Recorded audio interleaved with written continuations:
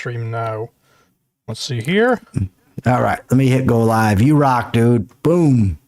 Boom. Thank you. I'm live on Twitch. Am I live on YouTube? Let's see. You open this door with the key of reason. Beyond it is another dimension. A dimension of truth. A dimension of freedom. A dimension of joy. You're moving into the land of both the ideal and the real, of the possible and the actual. You've just crossed over into the Capitalist Corner. Where reason meets reality. Welcome to the Capitalist Corner. Welcome to the Capitalist Corner, the special episode. I'm Michael Liebowitz. I'm here to debate a very young man who goes by the name of Liquid Zulu. We're going to be debating whether it's better to view objectivism as an open system or a closed system. I think you're going to enjoy the discussion. He and I have debated in the past, and it's always fruitful. So without further ado, I will turn it over to Mr. Zulu. Yes, thank you very much for having me on. So basically, this sort of sorry, I was just trying to mess with my audio interface there because I couldn't hear myself. This sort of discussion it kind of kicked off on Twitter, where I was, or X, formerly known as Twitter, as Grok likes to tell me. This is basically we're getting at it. I was saying that. No, indeed, objectivism is an open system that you can have an objectivism, you can be an objectivist and be an anarchist at the same time. That's specifically my thought. Obviously, you pointed out that David Kelly disagrees with me, but I don't really give much of a damn what David Kelly thinks on the matter. Oh, come on. I didn't just say, hey, David Kelly disagrees. I'm not trying to say that. I'm not trying to say that. I'm not trying to say that, to be clear. You said I'm not that trying to the say people that say you can't be an objectivist are predominantly closed objectivists. That's why I said, no, actually, David Kelly would disagree too. Yeah, for sure. Yeah. For sure, we can at least accept predominantly. Yeah, only because the open objectivists aren't really out there. They're not there too much. Okay. Except for in your group. I'll drop that then. But I do have this one point that I want to sort of open this up on, which I don't think we really got down to it fully when we were getting at this initially, which is, do you think that every Aristotelian, because obviously we know what an Aristotelian is, would every Aristotelian believe that, what Aristotle said, that the stars are like embedded in all these spheres which are rotating, and they're trying to emulate the sphere above them until eventually they get to some unmoved mover, which is thought thinking of itself, because that's what Aristotle believed. But does every Aristotelian believe that? You're asking me? Yeah. Oh, I thought you were making your opening statement. I didn't know you were going to ask me a question. No, every person that's called an Aristotelian doesn't believe that. The question is, so what? What difference does it make? The question is, should Aristotelianism have been, what's the word I'm looking for? Expanded to include folks who don't agree with Aristotle. That's what the heart of the matter is. The fact that it's happened, there's been plenty of ideas that have been diluted over the years. Marxism, capitalism, conservatism, liberalism, all get watered down and diluted. The question that we're trying to address is whether that's a good thing or not. So the fact that it has happened means nothing. If you're going to argue that it's right that it happened, then you have to make that point. I don't really see this as a dilution, though. I see this as actually pointing at the essentials, which Aristotle was forwarding. Obviously, we don't know everything Aristotle said. A lot of it was lost. But you can kind of get a general sense of his system, which was, looking out. It was mostly what Ayn Rand ended up refining further, right? It was a complete rejection of the Platonism, even though, we do have writings from Aristotle where he adopts some amount of Platonism. We can identify these elements as diversions from the more fundamental theory that he was adopting. But that we can do that implies that we could do that for other philosophers as well. Like, we can do it for at least Aristotle, and I'm just saying, well, we can also do that for Ayn Rand.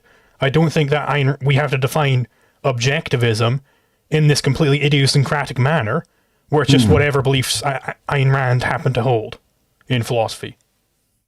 Okay. Does who you include in Aristotelianism change what Aristotle's philosophy was? Well, I mean, if you include, I don't really define philosophies in terms of who I include in the philosophy. No. to be clear. What I want to know is, did Aristotle have a specific philosophy? Yes.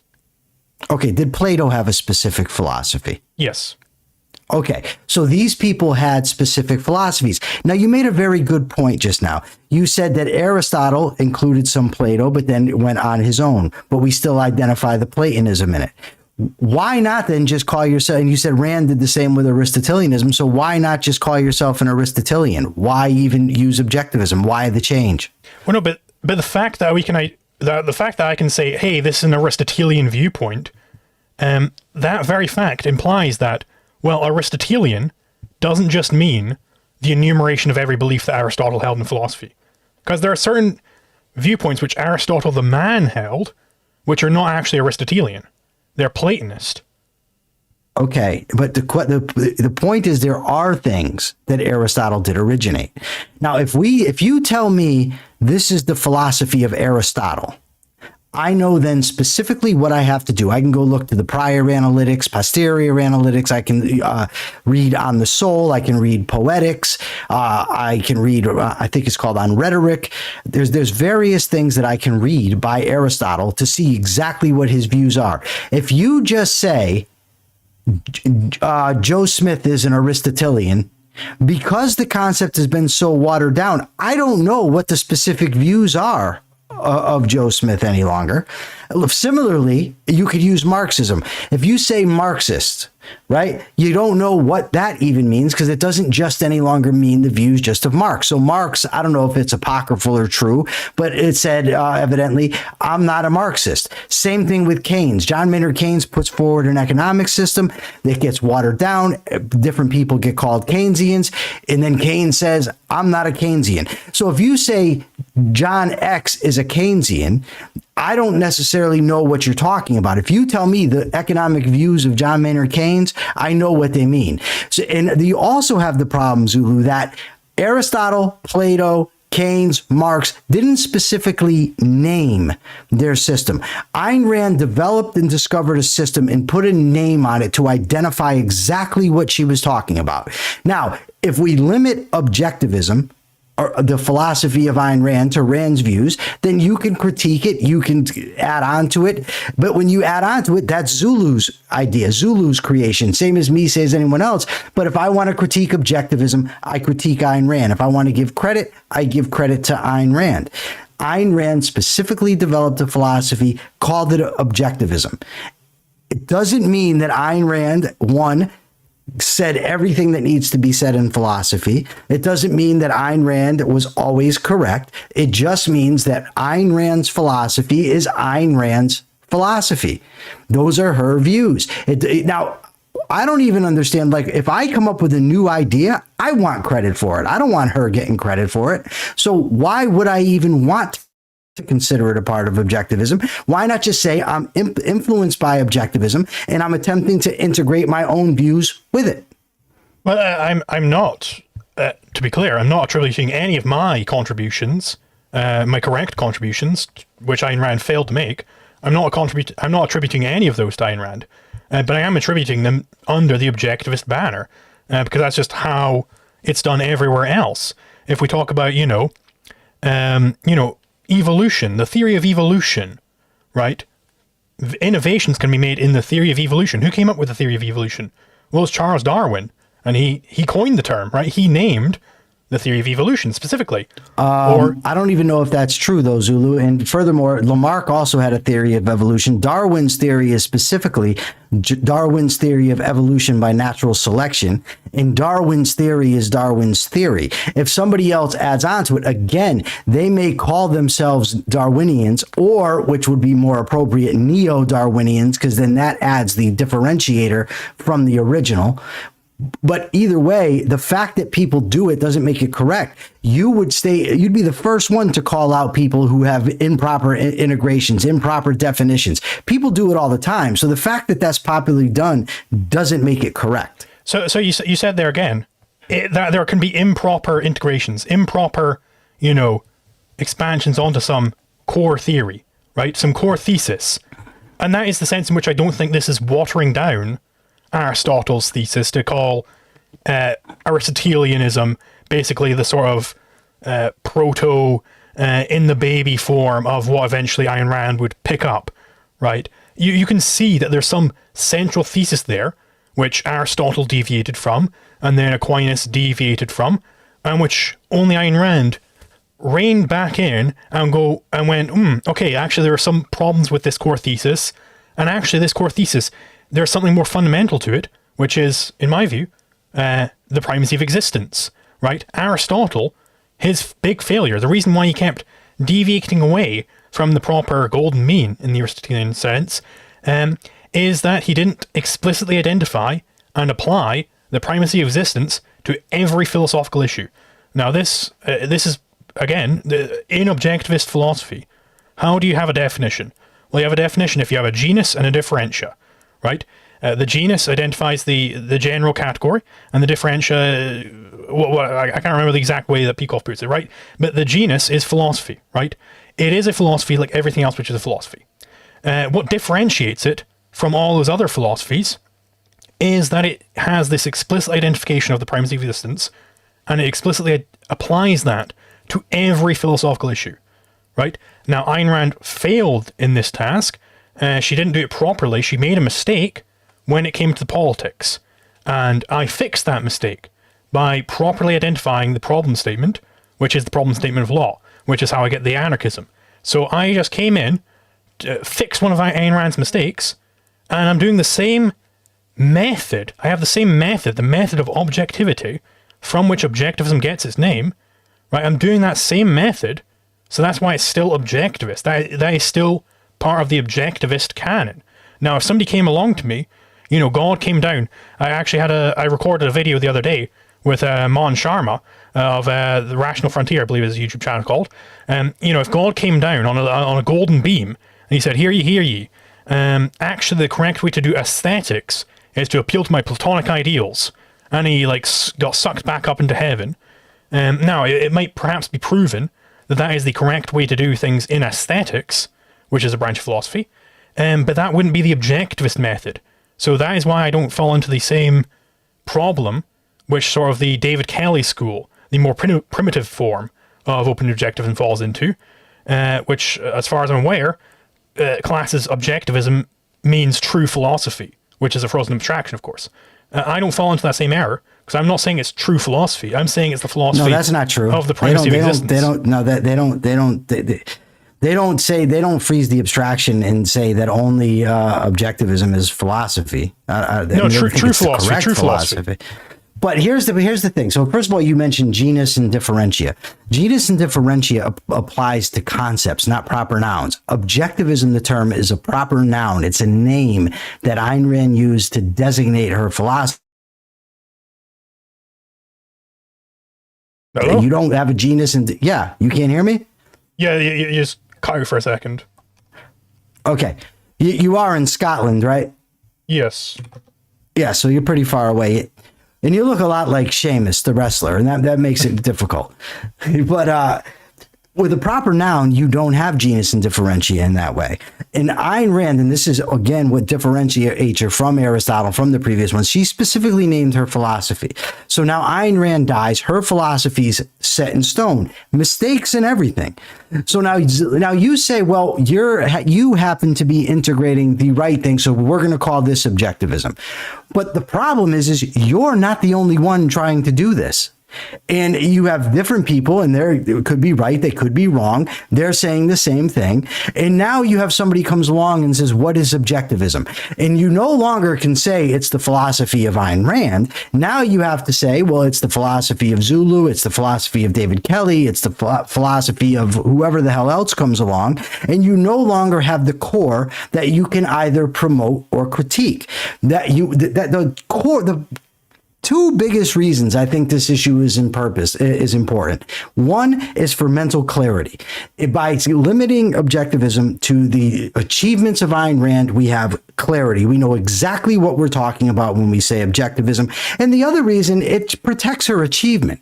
We don't allow her achievement to get watered down, to get confused with other people and what their views are, what they happen to think. Like, I mean, for instance, the Atlas Society. The Atlas Society is an open objectivist organization, some of which are out there and they're just constantly promoting Donald Trump, something Ayn Rand would never have done, ever. I'm totally convinced of that, right? And I don't mean they're just saying vote for him. I mean, some of them actually promote this guy. Right. And they're doing it under the banner of the Atlas Society. And, you know, it becomes basically they're endorsing Trump. My point, again, is in order to maintain mental clarity of exactly what it is we're talking about when we use the term objectivism, we need to limit it to her achievement. And in order to pay the proper respect, we need to do the same thing. And again, it's not a concept. It's a proper noun. Objectivism is a name that she gave to her philosophical achievement. Indeed, her philosophical achievement, namely being explicitly identifying and applying the primacy of existence to every philosophical issue. I completely agree. Now you're saying that you need this mental clarity. You need some proper core, which you could either critique or accept. Now, would you say it's impossible, and you specifically cited Marxism earlier, is it impossible to critique Marxism because Marxism is now open? It's impossible to know for sure what you're actually critiquing. If somebody tells you, I'm a Marxist, right? Let's say that's all you know. I come and I say, I'm a Marxist. You come out and say, you're wrong because of fundamentally the labor theory of value. I say, oh, no. I don't accept the labor theory of value. I accept marginal utility, but I'm still a Marxist. Now you say, well, okay, but the concept of surplus value is just way wrong. It's just not true. No. I don't believe in surplus value. I think that there's profit and interest and that's appropriate. The point is that if once it's watered down, once it's not understood what you're talking about, it becomes very difficult to critique. It leads to mental chaos where you have an abundance of people who have different ideas of what a given thing is. That's true of Aristotelianism. Now, if you were to say neo-Aristotelianism, which some people do, I mean, there are neo-Aristotelians. I think Douglas Daniel and Douglas Rasmussen are neo-Aristotelians. I think Roderick Long might be a neo-Aristotelian, but although I'm not positive. Now you have a differentiator, so you know, okay, they are applying aspects of Aristotle's philosophy, but they differ. So if you say I'm Liquid Zulu, I'm a neo-objectivist, meaning I accept the core, but I have differentiations with her. I personally don't have an issue with that. But when you say I'm an objectivist and I'm an anarchist, you're obliterating 1/5 of Rand's philosophy in saying that it's still objectivism. Yes, because this is the proper way to do things, right? You're talking about these neo-Aristotelians. Well, now suddenly that they're a neo-Aristotelian, well, now I know how to critique them. But it's like, okay, well, couldn't there be also multiple types of a neo-Aristotelian, right? There could be all sorts of that thing, right? But the thing is, if somebody comes to me and says they're a Marxist, I have had many debates. Again, I've had many debates with people. All I knew about them is that they are a Marxist, and very immediately I was able to start.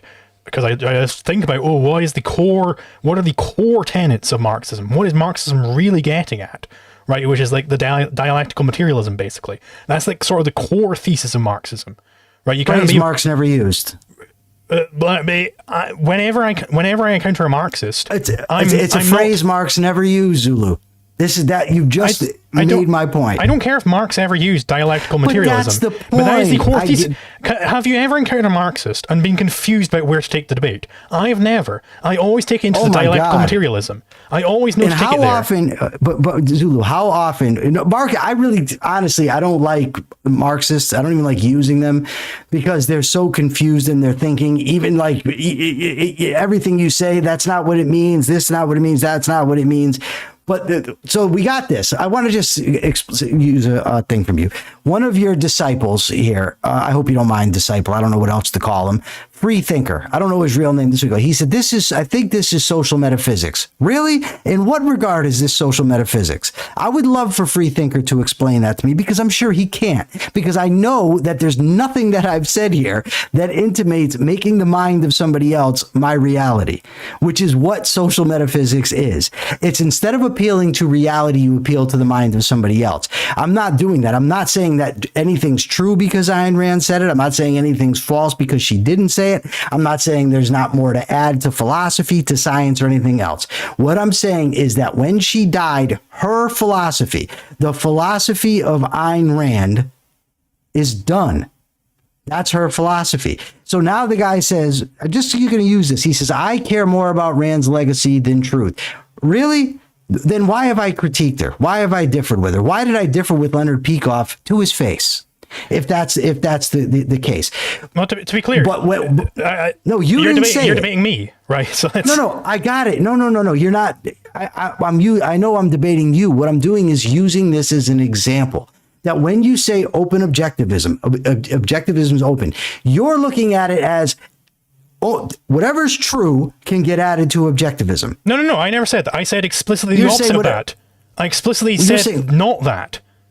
Right? I said, what are you saying can get added to objectivism? Anything which is explicitly identifying and applying the primacy of existence. I explicitly said, no, I'm not saying that objectivism is true philosophy, because I do believe that is freezing the abstraction, right? Which Craig Biddle pointed out in his debate with, what's his face? Stephen Hicks, yes.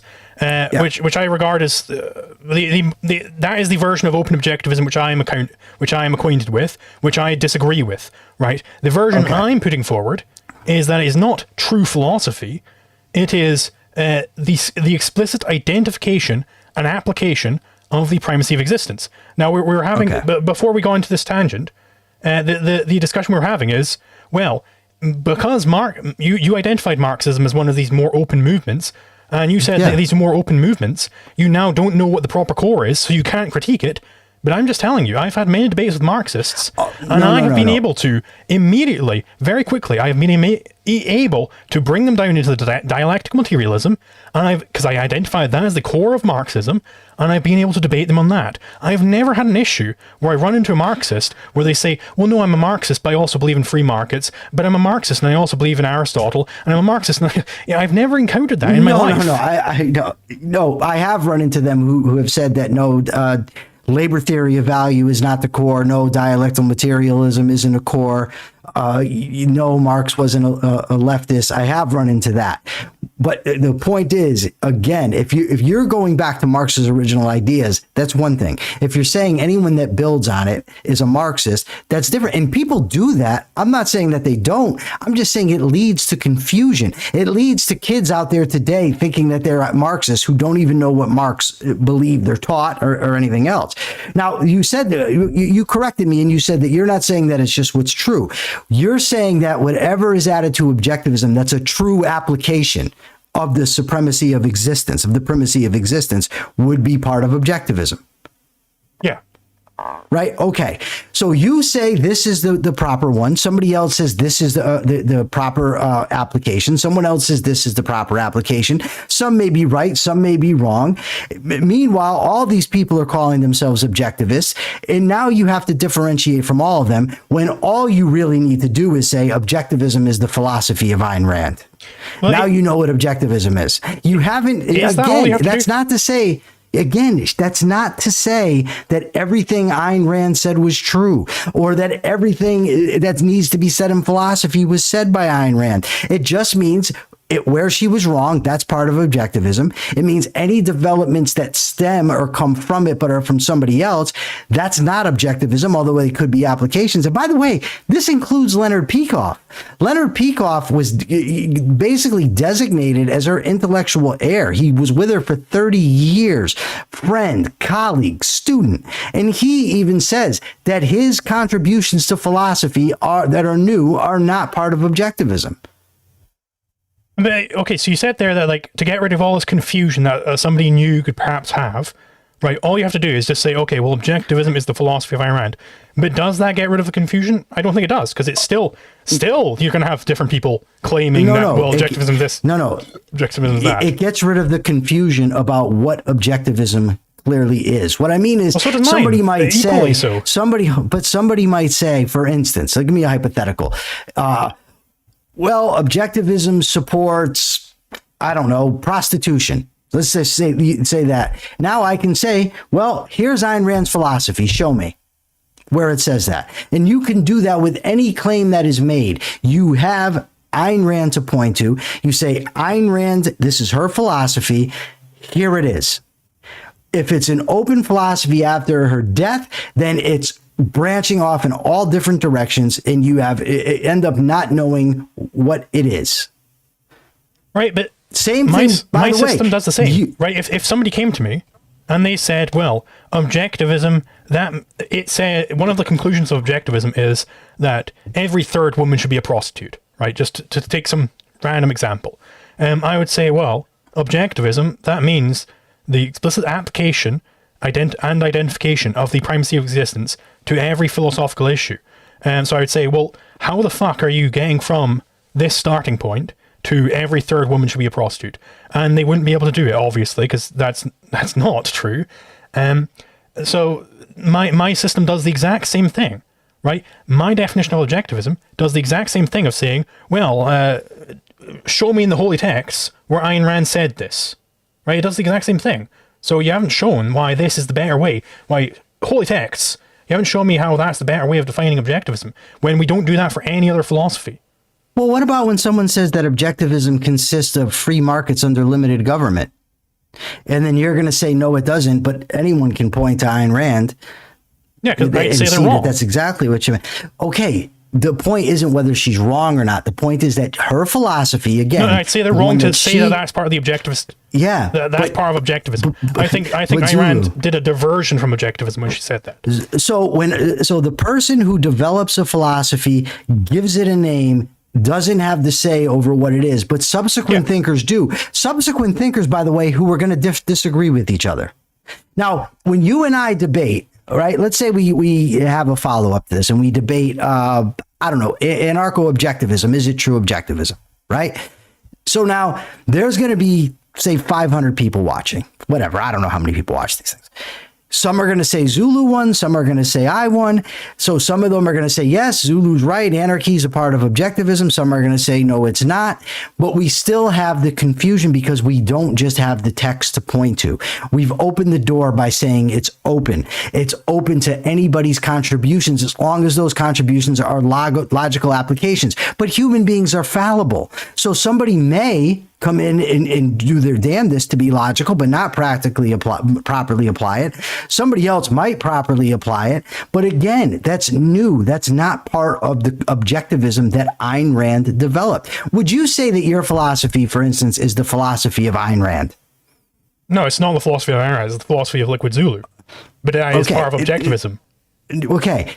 So, but objectivism is the philosophy of Ayn Rand. That's all closed objectivists are saying, is that objectivism, capital O, is a proper noun given the name to the philosophy developed by Ayn Rand. Who is anybody else to come along and say, no, she can't name her own philosophy? Is physics a proper noun? Physics a proper noun? No, it doesn't have a capital P.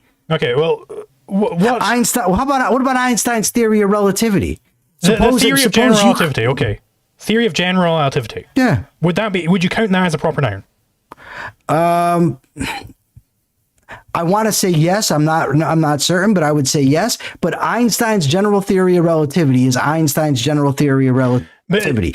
Somebody can add and make observations that are consistent with it. But Einstein was pointing at a general theory of relativity, right? Well, he has two. He has general and specific. Yeah, right. So but you want to use general theory of relativity. Okay. Fine. Sure. So the general theory of relativity, do you think it would be impossible, like just by the fact of some fact of epistemology, if anybody else made some discovery in the general theory of relativity, like maybe he had some incorrect point somewhere in there and they just refined it, would that then be the generaler theory of relativity? But it still applies to all the same things. It still be the general theory, right? What it would be a partial refutation of the theory of relativity. and it would be a new theory. You might call it neo-relativity or modern relativity or some such other thing. I don't know what name you would call it, but it would no longer be the theory of relativity. Einstein didn't come out with a theory of relativity. He had the general theory of relativity, the specific theory of relativity. Those were Einstein's achievements. Doesn't mean he's correct. In the same way, Newton's third law of motion might be wrong. So, but but that doesn't change that was his law of motion. So it's specifically that you think specifically because in the objectivist case that Ayn Rand identified it and gave it a name. That's why, right? It's different to a more general thing. I'm saying I'm saying that does differentiate it. But even in the case of Platonism or Aristotelianism or Marxism or anything else, I'm saying once you start including it under the rubric, under that name, once you start including new ideas and new people, you're distorting what it means, and it becomes more and more difficult to know just by saying Aristotelianism what exactly you're talking about. But it's also true that Ayn Rand, in order to obviate that problem, specifically named her philosophy, specifically said, my philosophy is going to be called Objectivism. This is it. Here it is. That's her philosophy. Again, she might be wrong. She might have not done everything. I don't think she did. And I think she was wrong about some things. But what I believe to be corrections are mine. They don't then become part of objectivism, even though I believe I've thoroughly demonstrated it. I've done it in debates with other objectivists. I've done it in casual conversation. I've done it in writing. It still doesn't become objectivism. It just becomes my clarification or my deviation from objectivism where I think it's wrong. So I don't think I'm distorting. Again, we've gone through this before. I don't think I'm distorting what objectivism is. I think I'm refining it, right? And other people can come along and they can say objectivism is when you have infinity hookers, right? But they're clearly not doing any sort of process there to figure out, well, what is the correct essence here, right? I think I'm going in here and I'm saying, okay, what is the actual essence? Hookers? That no, I mean, yeah, if I had infinity hookers, then there wouldn't be any scarcity, I suppose. Then fuck it, why not, right? But if I'm going in here and I'm this is what we do when we do the history of philosophy, right?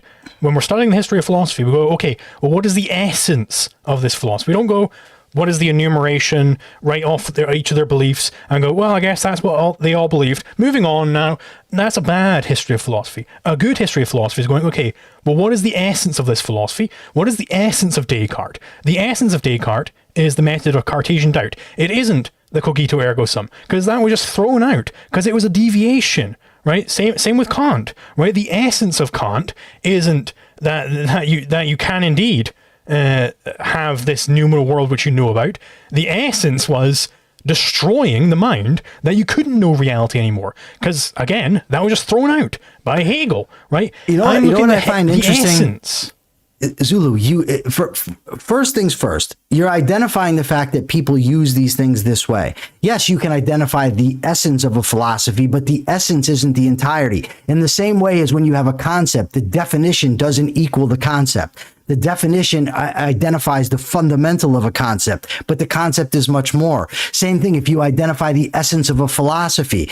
You've identified the fundamental, but the philosophy is much more. But even in the cases that you're naming, we have Neoplatonists, Neo-Aristotelians, Neo-Kantians, people who deviate from the starting point. And for you to say, no, you're not distorting, you're just refining, even if you were just refining, and even if you were absolutely correct, it still wouldn't be objectivism, because it still wouldn't be the philosophy that Ayn Rand named objectivism. But in fact, you're obliterating it. You're wiping out 1/5 of the philosophy of objectivism in claiming that the proper role is anarchy, an argument that Roy Childs made in the 60s or early 70s, and he was wrong.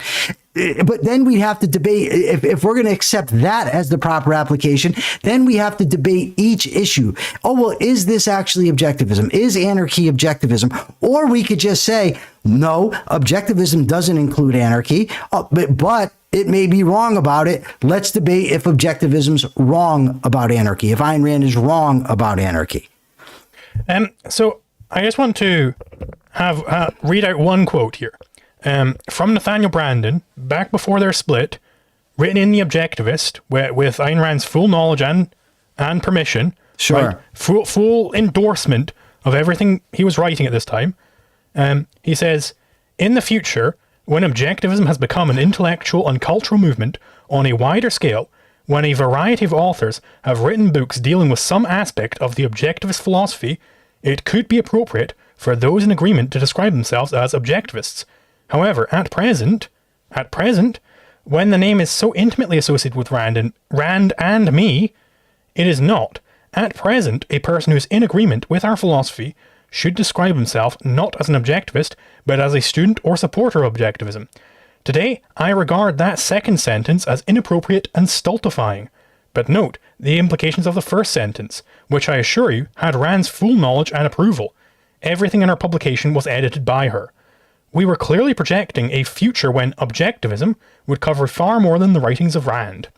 If later Rand pulled back from that vision, it was for reasons more emotional than philosophical, and one can feel the compassion in her for her suffering. But still, she was right the first time and wrong the second. So I would regard this as definitely not painting that Ayn Rand definitely, for sure, always throughout time, held objectivism to mean that whatever beliefs Ayn Rand held. Because, this is from an article from Branden where he goes over other instances where his initial, lectures on objectivism, the idea wasn't at the time that it was just whatever Ayn Rand believed. So I don't accept this kind of... Okay, hold on. And moreover, what I want to point out with this is that, it's like when you're talking to Christians, you get different sects of Christians, and they each point to different quotes from the different church fathers, right? And they say, hey, look, the church fathers agree with us, so that means our sect is right. And the other sect will come in and say, no, the church fathers agree with us, that means our sect is right. I think this is a bad way to do things. I think this is the mystic way to do things. No. Because I'm not saying because Ayn Rand said something, it's right.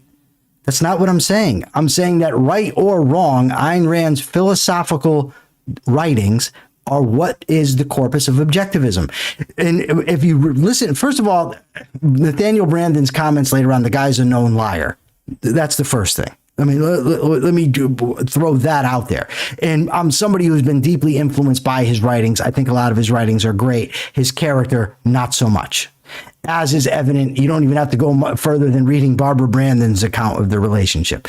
But even his thing, when Rand is saying there might be further writings on it, sure, you can write about it.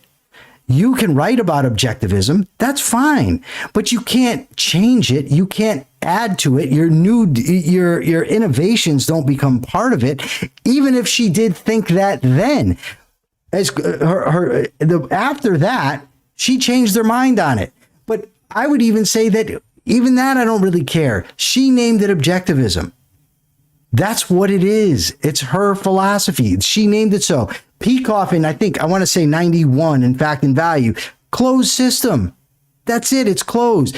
So her nearest student, the one who she didn't identify as a liar, didn't have a break with, said it was closed. Even her own statement doesn't necessarily mean it's ever going to be open. All it really means is that, look, in the future, there may be objectivists, but right now there aren't. Because I'm not going to trust anybody to call themselves an objectivist, which is one of the reasons, by the way, I was very hesitant to even call myself an objectivist. What was because of that. But the ultimate point, again, boils down to objectivism is a proper noun that specifically identified a philosophy that was discovered and developed by a certain person and was ultimately codified in the lectures of Leonard Peikoff, the lectures that were called Objectivism, the Philosophy of Ayn Rand. And within that philosophy, 1/5, politics is 1/5 of her philosophy. She abhorred anarchists, hated them, couldn't stand them. So to say, well, no, objectivism can be part of anarchist is to obliterate her achievement. So you're saying it's a proper noun which identifies a philosophy, but which philosophy? Because again, I can identify a philosophy, Aristotelianism. Which philosophy does that identify? If you were doing it properly, I would say if you're going to say Aristotelianism, it ought to have referred to the philosophy of Aristotle. Unfortunately, that's not how it's been done. But just because it's been done a certain way doesn't mean it's the correct way for it to be done. I concede wholeheartedly that Aristotelianism, Platonism, Marxism, Keynesianism, 1,000 other isms out there, they don't identify the name, the philosophy specifically of the name of the person who developed the philosophy. The question is that right? Is it appropriate for it to be that way? But you still haven't answered the question that why not just say neo-objectivist when we have Neoplatonists? You had Neoplatonists, I believe, is Plotinus wrote when in the 1000s or something. Neoplatonists. You had Neoplatonists 1,000 years ago. Why can't you just be a neo-objectivist? Why do you have to call yourself an objectivist when, again, the philosophy of objectivism was discovered, developed, elucidated by Ayn Rand, named objectivism, capital O, proper noun to name it. So how do you get anything else that becomes a part of that, a part of her achievement? Just make it your own achievement. Well, I mean, maybe I'm just less cowardly than the Neoplatonists, and I'm willing to just kind of sit on a term, right? Maybe that's why, right? But, why does it have to be cowardly? If they thought they were right, then why does it have to be cowardly? Why? Cowardly would mean they knew they were wrong. First, you said that, well, it's incorrect. It might. Pardon me. You said okay? that. You said, yeah. Pardon me. You said that it was perhaps bad that this happened to Aristotelian, that Aristotelian got distilled down into its diamond form, you might say, that it got refined into its essentials. But why is that bad? Why is it bad to do that when we're being historians of philosophy? Why is that the incorrect way? Why is the correct way to just list off a bunch of things? Like that's I say that's the that to call. I say because you have a specific person developed a specific philosophy. In that case, Aristotle. Aristotelian ought to refer to Aristotle's philosophy. The reason it ought to refer, because then when someone says Aristotelian, you know what they're talking about. Now you don't. Same thing with Platonists. When someone says they're a Platonist, you don't know what they're talking about. Even if you could identify the core, which I'm not entirely confident you could, there's still aspects missing because, as I said before, there's more to a philosophy than just the fundamentals, as there's more to a concept than just the fundamentals. You okay? Yeah. So you said that the problem with identifying Aristotelian in the way that it's been done is that, well, when someone says Aristotelian, you don't know what you're talking about. And, we could have replaced Aristotelian with Marxist, with Keynesian, with all those things, right? But when someone comes to me and says they're an Aristotelian, I have no confusion about what they're talking about. I know for sure they're not talking about how they think there's a bunch of spheres rotating up in space. When someone says they're a Marxist, I have no confusion what they're talking about. When someone comes to me with these open systems, I have no confusion about it, right? Maybe it's just you a have skill no issue. confusion. Here's the problem. You're making a truth claim that you have no confusion. I have no way to verify that you have no confusion. I have no way to verify that you absolutely identify the philosophy of every person called an Aristotelian or every person called a Marxist. I don't know that. And that leads to part of the problem, that I don't know everybody that's trying to add to objectivism, nor do you. That nobody does. Nobody knows that they're going to be completely consistent. I don't think you're completely consistent. I know you call yourself the most consistent MFer out there. And that's cool. I like your confidence. I think you're wrong. But the point is, right or wrong, it's not objectivism's philosophy. Like, just this guy, I want to go back to where is he?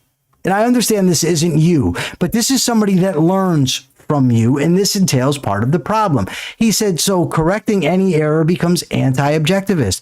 No, I didn't. Nobody said that. Nobody implied it.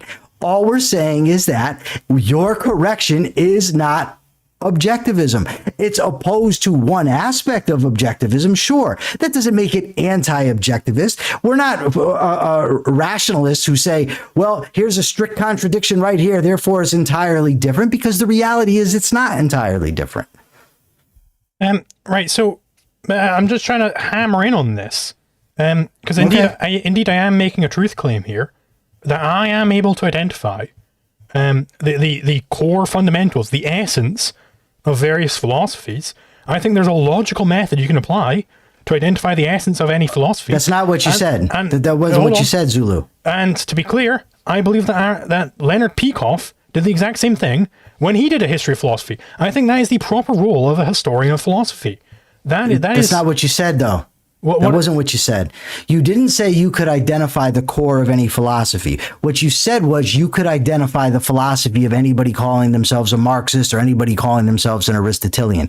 That's what I have issue with. Whether you could identify the core, maybe you could, maybe you couldn't, I don't know. I am far more skeptical that anyone who comes along and says they're an Aristotelian, you could identify their philosophy.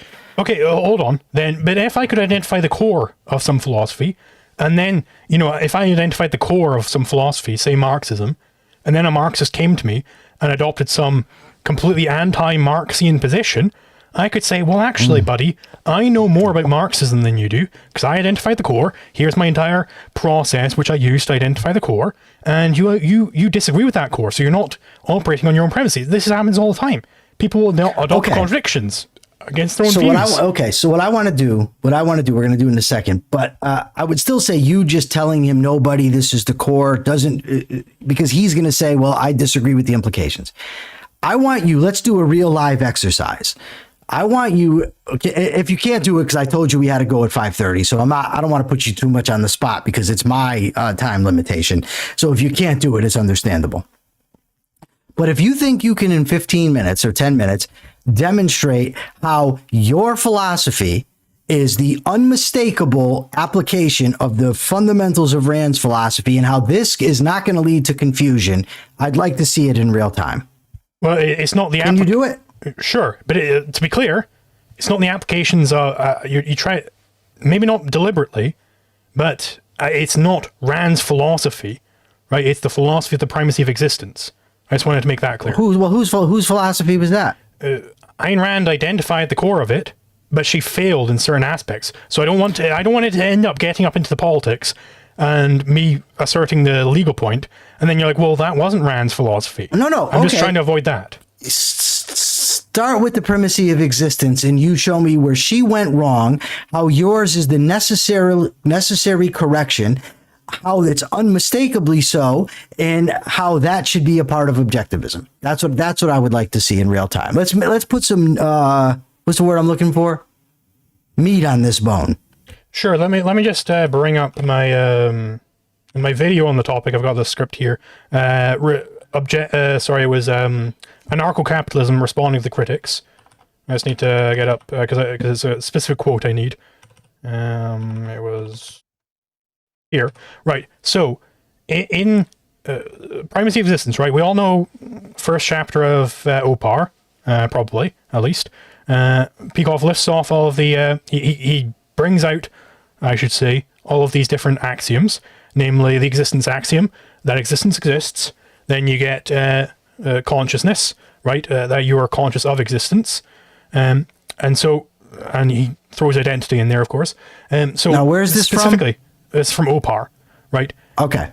Specifically, the important thing about objectivism, as against every other philosophy, because other philosophies, they can say existence exists and that man is conscious of it. A Christian could say that, right? But a Christian, they would not say that existence comes first, right? That is the objectivist innovation, that existence exists first and then you're conscious of it. They explicitly identify this and apply it across the board, right? This is the primacy of existence. That's what makes us different to everywhere else. Now, when you build up into the politics, right? I don't consider that a valid branch of philosophy. Why don't I consider that a valid branch of philosophy?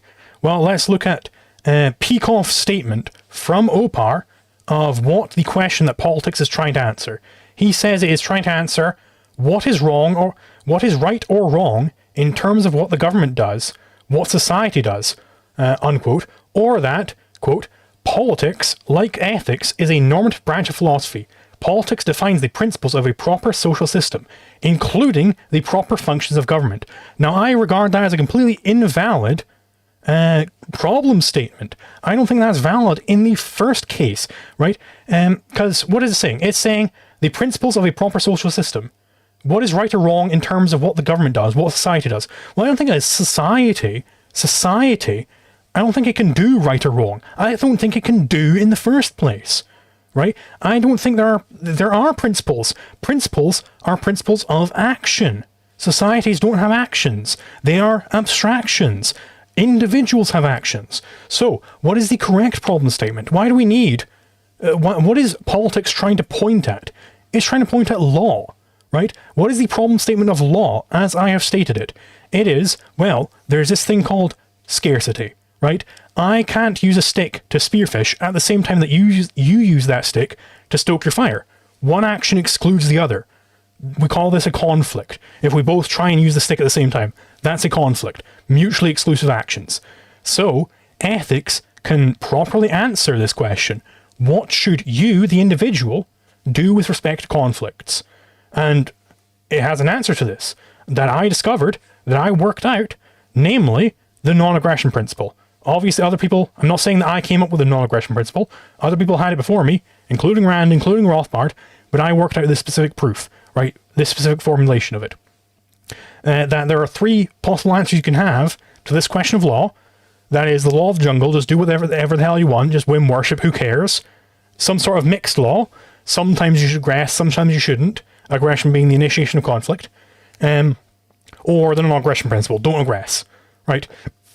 And I've worked out in full in the video that, in fact, it is the case that both the law of the jungle and mixed law resolve, if you break them down unto their nth degree, they end up in the primacy of consciousness. So, and primacy of consciousness is false. We know this from objectivism.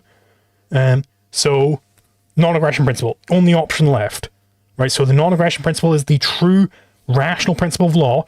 You're not rational with respect to scarcity unless you're operating upon the primacy, upon the non-aggression principle. Otherwise, you are evading, right? That is why this is properly fits in to the objectivist canon. Anything else is completely irrational. It's a complete diversion right from the core of objectivism. It is whim worship. It is evasion. It's terrible. That's why it's so easy, again, for me to just throw away this nonsense politics because it has an incorrect problem statement. Okay, so you started off by saying, I want to make sure that I'm following you. You were going to demonstrate where Rand deviates from the primacy of existence, that she doesn't practice it consistently, right? You then told me that politics is not a proper branch of philosophy. You then went on to elucidate a philosophy of politics and to say that Rand was wrong. No, I don't call it politics, to be clear. I'm saying this is the problem statement of law. I accept that from Peikoff that this is the problem statement that politics is trying to answer. I accept that wholeheartedly. Okay. Fine, that's what politics is. Because that's what every other philosopher thought that politics was. Okay. I'm fine with that. But I'm saying that's not a proper branch of philosophy. All right. Okay. So then you disagree. I'm going to address your specific proof that you just gave in a second. But you're saying that you can reject an entire category of a philosophy, and you're not changing that philosophy. You're being consistent, and you're still going to be a part of that philosophy. Because again, I don't think when Rand was doing politics, I don't think she was doing philosophy. Because I don't think this is a legitimate branch of philosophy. It's not a branch of philosophy, so she wasn't doing philosophy. Yeah. Okay. Of course, politics is a proper application of philosophy. But the point is, again, objectivism is the philosophy developed and discovered by Ayn Rand. If she's wrong about an entire branch of philosophy, if you think she's wrong about an entire branch, not just her conclusions within the branch, that the branch should even be there, you're obliterating objectivism at that point. You're not saving it. You're destroying it. Now, you might say that it's wrong. Fine. Make the argument that it's wrong. But then this new thing that you're coming out with is not objectivism. Let me ask you a question. Do you agree with Ayn Rand's view that man is metaphysically dominant, so therefore he should be the dominant one in sexual relationships? Because do he's I the agree with penetrator. that? Yeah. I not okay. Just in the first case, do you agree with it? No. I not only don't agree with it, but it's also not part of her philosophy. Exactly. Right. But that's my point. No, it's but we know what's a part of her philosophy. Hold on. That because you don't consider that as one of the branches of philosophy. You don't consider sexual roles as a branch of philosophy, right? That's why it's not part of her philosophy. Whoa, hold on. I think discussions of sex are appropriate to philosophy. I think that specific claim that she made is not part of her philosophy. Why not? The reason I say it's not part of her philosophy, because Objectivism, the philosophy of Ayn Rand, originally given by lectures by Leonard Peikoff in the 70s under the auspices of Rand, and then codified in a book that is the philosophy of Ayn Rand, doesn't include it. It's not included in The Virtue of Selfishness. It's not included in Philosophy Who Needs It. I believe it's in some compilation of essays that somebody put together, or even a matter of fact, if my memory serves me correct, it might be in more than one place, but it was a question that was asked her at the Ford Hall Forum. The bottom line is it's not included as part of her philosophy in her philosophical writings, any more than the article that she wrote about a woman president. But I mean, there's things within her philosophy that I disagree with as well. But my disagreements don't then become objectivism. Right, but this seems so. Is your view that Ayn Rand could have endorsed some philosophical viewpoint, which then didn't make it into the final cut of OPAR, and that philosophical viewpoint, which Ayn Rand endorsed, is not part of the philosophy of Ayn Rand? It's not part of objectivism. It could be part maybe of her personal belief system, but Her they personal literally philosophy? put out, her personal philosophy, but not the so philosophy Ayn Rand- that they put out. So there is such a thing as Ayn Rand's personal philosophy, and that is distinct to There could be. the philosophy of listen, Ayn Rand. I'm not saying it is. I'm saying it could be. I'm saying that Ayn Rand could have beliefs that are outside of her developed philosophy of objectivism. Of course she could. Of course Philosophical you beliefs. could.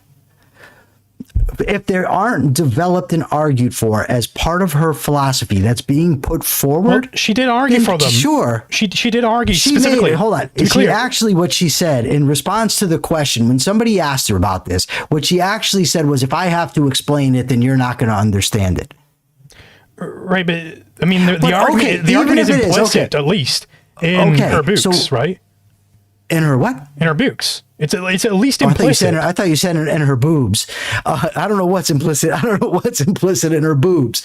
I certainly think that you can make the argument for that case, not for the woman president, but an argument could be made that that is one of her philosophical conclusions. But I would still go further. An argument could be made for that, and that philosophical conclusion is part of objectivism. I'm not denying that, but that's not an entire Now, hold on, branch it of wasn't in philosophy. OPAR, but it wasn't in OPAR. Because you No, said it previously, because it wasn't in OPAR, therefore... That's not what I said. No, it's not what I said, sir. Okay, then That's not what I said. What is your viewpoint? Is What that I part said of objectivism? no, I said is, look at you. We have her philosophical writings, Virtue of Selfishness, Philosophy Who Needs It, For the New Intellectual. Then we have OPAR. We have Introduction to Objectivist Epistemology. We have Return of the Primitive, right? We have her Philosophy Who Needs It. We have her philosophical writings that are a development of her philosophy. Then we have statements that she made, off the cuff statements here and there that aren't, or an essay that she might have written that aren't part of those philosophical texts that she put together. The specific one that you're talking about in regard to sex, what I'm saying is it could be argued that it's implicit somewhere else in her philosophical writings. It might even be in there and I'm just not remembering it. So I'm saying, yes, that specific point might be a part of her philosophy. By the way, incidental part that's not of much importance. What you're talking about is obliterating an entire branch of philosophy. Specifically, what I'm trying to get at is that I don't think the proper roles in sex, I don't think that's actually a part of philosophy, right? I don't think that's in philosophy. Now, it's certainly an area of study which you could apply philosophy to, right? But I don't think it's a part of philosophy, right? That is the point I'm saying, is that I don't think politics is a part of philosophy. Sexual ethics is not a part of philosophy? you could apply ethics to perhaps this specific Well, then area. it's a part of. I mean, I don't know. I mean, maybe it's part of philosophy, but I mean, it seems a little bit odd to count it part as philosophy. It's certainly not a branch of philosophy, right? No, But- it's not. No, it's not a branch of So at philosophy. the very, just No. what I'm saying is that It would be sexual ethics would be a sub branch of a branch at best. Sure, okay. But it's still part of philosophy. Okay. But what I'm saying is that I don't think that politics is part of philosophy. I think it's a fiction, dreamt up. That's what I'm saying. I don't think politics is a branch of philosophy. So if I am disagreeing with Ayn Rand on this non-branch of philosophy, like if Ayn Rand, there are accusations, I don't know if these are true. Again, I really don't know if these are true, but I've heard places that Ayn Rand didn't think that the theory of evolution was correct for some reason. Now, if I disagreed with Ayn Rand on the theory of evolution, then I wouldn't be rejecting the objectivist viewpoint, because that's clearly not a part of philosophy, right? Well, that's not, because she specifically said in Philosophy Who Needs It, in the essay entitled Missing Link, what she said was, I don't know enough about evolution. I'm therefore neither its friend nor its enemy. But if you were to, if Ayn Rand, for instance, held that the theory of evolution is part of philosophy, and you said, no, it's not, then she would be wrong about that, but nevertheless, that would be part of her philosophy that she developed. It would just be wrong. How could it Hold on. Wrong. How could it be part of her philosophy if it is not part of philosophy? Because her philosophy would include the view that this is part of philosophy. That would be part of her philosophy. And then you could argue that's inappropriate. You can argue that politics shouldn't be a part of philosophy. That's fine. What I'm saying is she held it to be a part of philosophy. That's a part of her view, a part of objectivism. If you reject 1/5 of what her philosophy entailed of, if I, for instance, came out and said art should not be a part of philosophy, then that's not objectivism, what I'm talking about. It could be true. I don't think it is. I also think that politics has been considered a branch of philosophy for thousands of years. It's been considered a part, not just in the West, in China, for God's sake. So, I mean, it's always been considered a part of it. But she included it as part of hers. If you then come and say, no, it's not part of her philosophy, she's wrong, then you're not talking about objectivism. You're critiquing it, which is fine. Critique away. So I just want to know, because you're saying that objectivism is the philosophy. How much I bench press? Yeah. So you're saying that objectivism is the philosophy of Ayn Rand, meaning, what does that mean? Other than the philosophical positions that Ayn Rand held. Is that what it means? What I mean when I say objectivism is the philosophy of Ayn Rand, I mean the positions, viewpoints, ideas that she considered part of objectivism, and as such put them in her works on philosophy. Again, I would count the lectures given by Peikoff in 76 because he gave them under her auspices. The objectivism, the philosophy of Ayn Rand.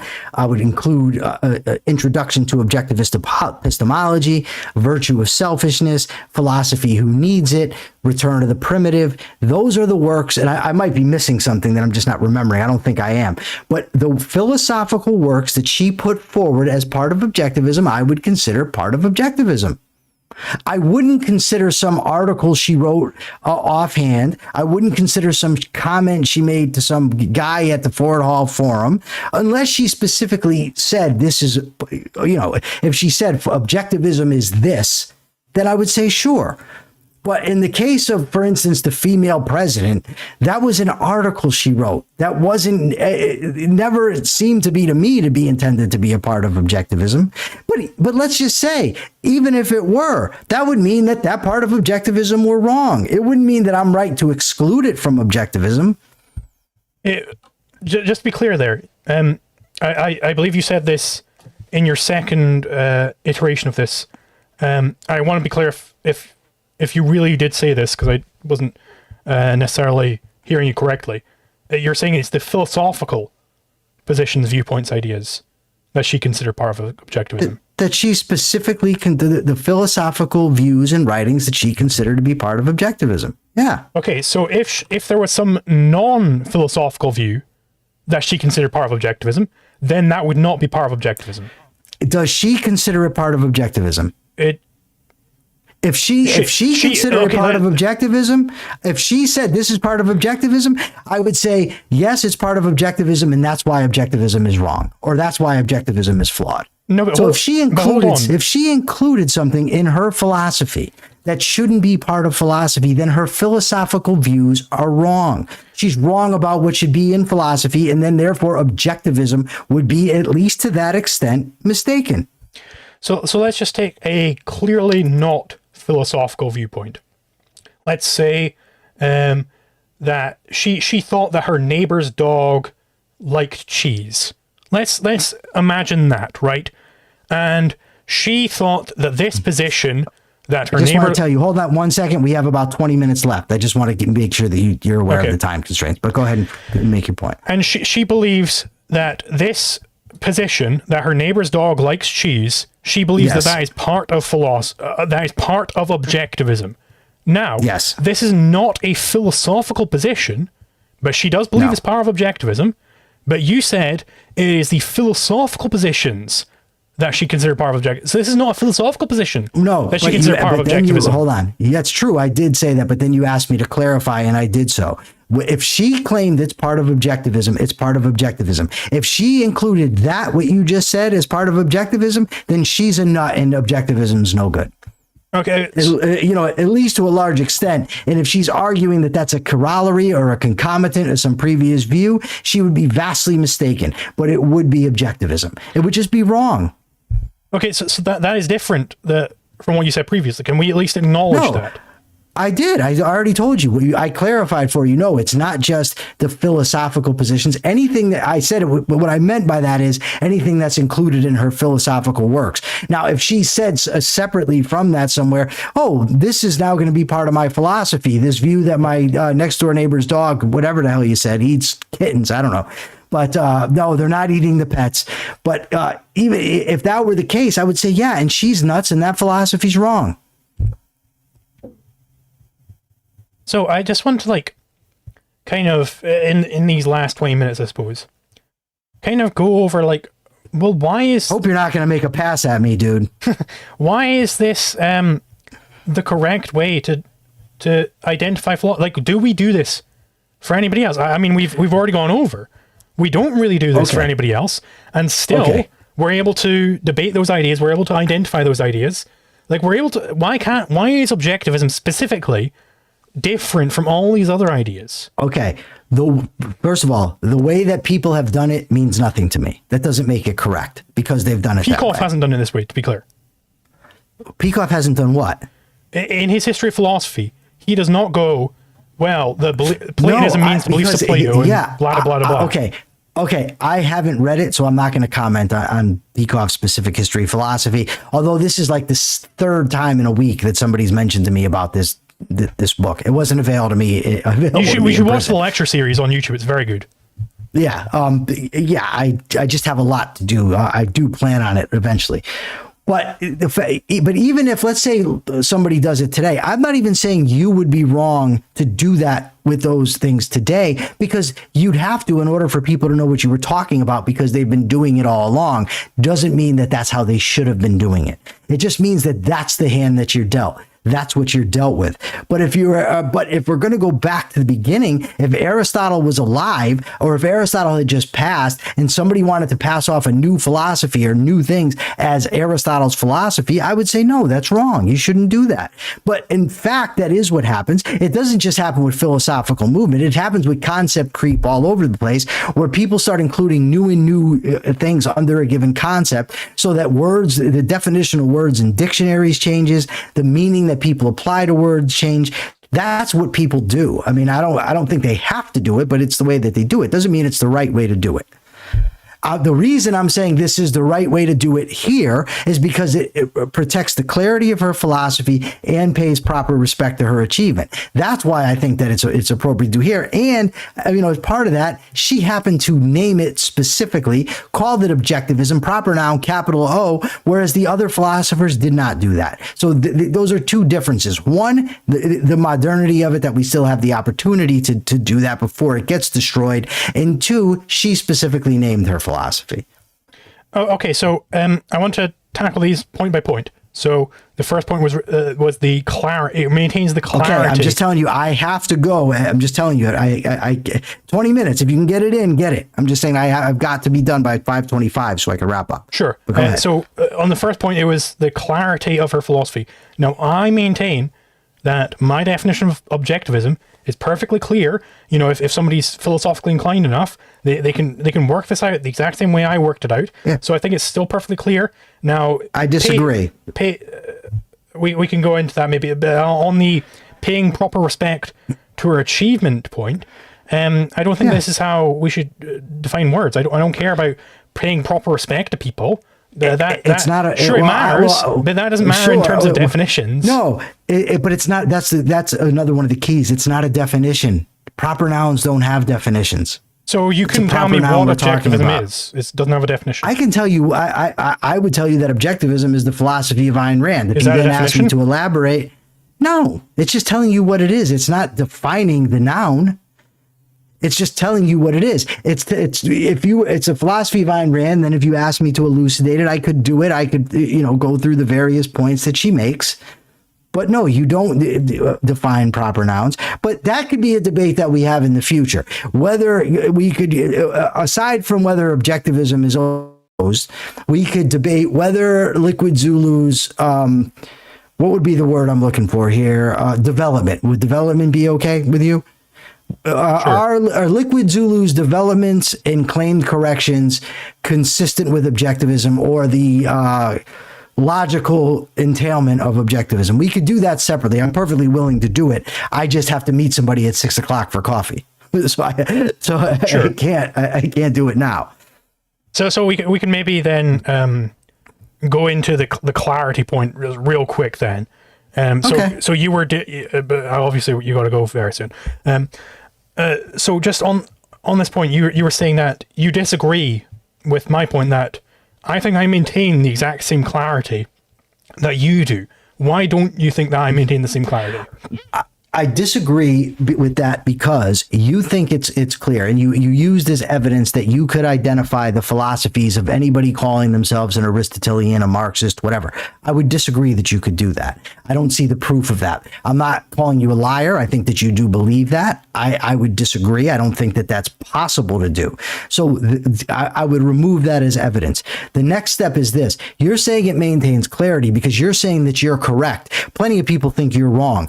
Many other people will come along and think they're correct. People will think they're wrong. If you add all that on to objectivism, which is what necessarily happens if you're talking about open objectivism, it becomes a mongrel philosophy that you can't clearly know, which, like I've said, has happened with the other philosophies as well, where you don't know specifically what a Marxist is. What does a Marxist believe? What are the entailments of his philosophy? You don't know. Same thing with an abundance of other things. We don't want the same thing to happen with objectivism.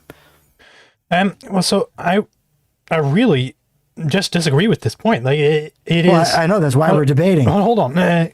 So this idea that somebody could come to you and say, "Well, I'm a Marxist." But I believe in free markets. I believe in that man should be selfish. I believe, they just start listing off objectivist tenets, and they say, "But I'm a Marxist," and you wouldn't say, "What the fuck are you talking about?" No, clearly you would say that. Yeah, those when you and Craig Biddle actually did this in his debate. He used extreme examples like that. And I get it. You use extreme examples to illustrate a point. But let's take libertarianism.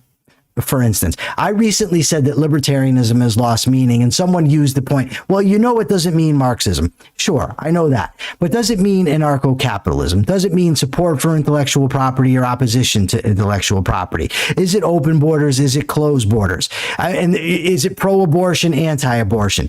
The term libertarianism has, for all intents and purposes, lost clarity. Now I get you would come in and say, no, this is what libertarianism is. Then someone else comes in and says, no, this is what libertarianism is.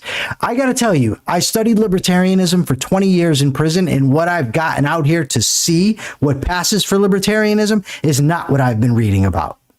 So there's vast differences. Sure, in what people say it, and and that's my point. I don't want that happening to objectivism. And oftentimes people come in, we call them pseudoscientists, right? They come in and claim to be doing science. They're saying, I'm a scientist, and I'm doing this like perpetual motion machine or whatever. And everybody's able to identify, like everybody reasonable is able to go, well, no, you're not actually doing science at all. Right? Sure. Is everybody able to identify libertarianism? I don't care if, again... but then why did you say everybody? Hold on. To be clear, I don't care if people can identify this or not. Proper reasoning. If you're applying proper reasoning, you can identify that these people are not doing science, and these people are not doing libertarianism, and these people are not doing objectivism, right? That is the correct standard there. That you can... Again, many people can claim all sorts of things. People could claim, well, the philosophy of Ayn Rand actually, it endorsed, stoning homosexuals to death. That's what the philosophy of Ayn Rand endorsed. And you could go like, well, no, it doesn't fucking do that. No, and you can disprove them. You can especially do that if you go to her actual works and Why not especially? Let everybody, because now you have a clearly delimited philosophy. So do I. No, you don't. Hold on. I shouldn't say the that. primacy of existence. No, hold on. I'm not saying you don't. I'm saying if we allow open objectivism, then we don't. That's what I'm saying. It depends on what you mean by open objectivism. I think, well, there you go. It depends. Right. But then it's crystal clear.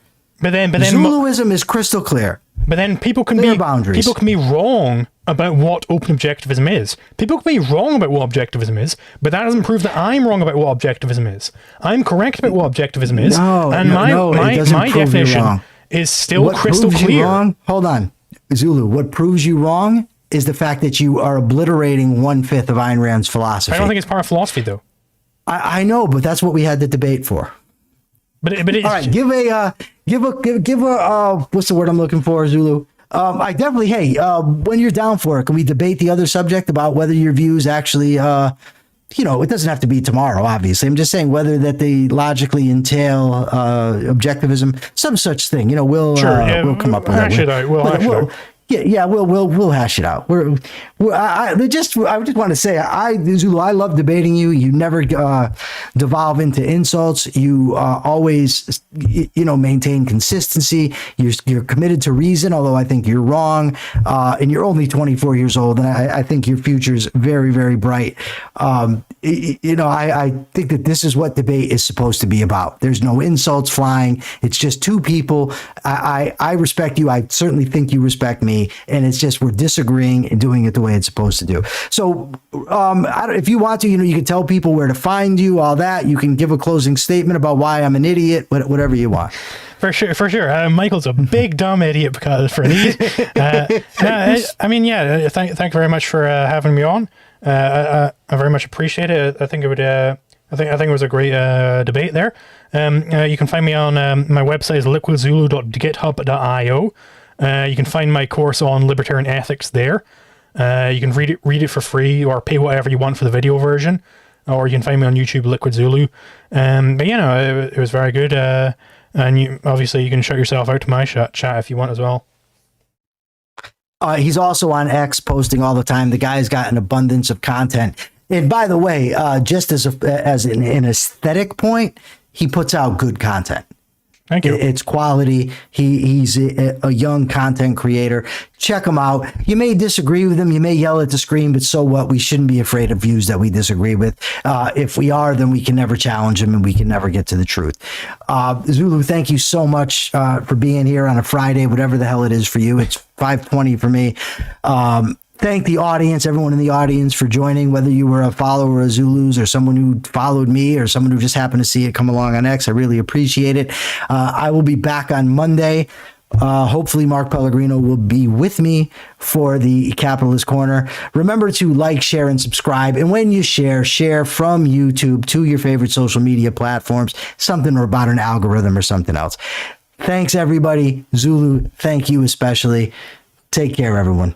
Sure. I will just say before I quit my stream, you might enjoy my next video, which is going to be a big. I would have left it on if you told me. It's going to be a big dunking on Dave Smith. I know you're not necessarily a big fan of Dave Smith. Oh man, you should have said that with my audience, dude. Damn. They hate him. They would have loved it. It's Listen, do me a favor. Post it to X and I'll share it. Yeah. A big dunking on Dave Smith. I'll share it for sure. Oh yeah, it's 3 hours of shitting all over him.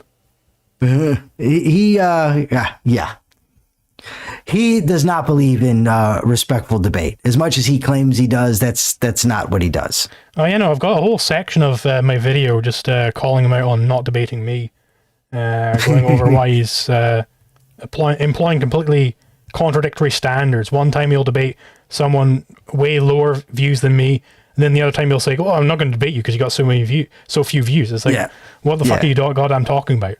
Doggone. Yeah, Isn't debate supposed to be about philosophy and getting to truth? Yeah. I mean, it's nice to grow an audience. Don't get me wrong. I want to grow my audience. That's what I'm trying to do. But that's not the primary, right? That's not the primary thing. All right, Zulu. I'm gonna go. Post that to X and I'll share it. For sure. Yeah, I'll see you later. All right, buddy. All right, buddy. Alrighty. Oh, by the way, this is what it looks like, guys. This is because I've got a Wikimedia daily pictures as my desktop background. This isn't what it looks like. I'm not just very interested in this woman's shoulders. Let's see. Can I get my camera back on here now?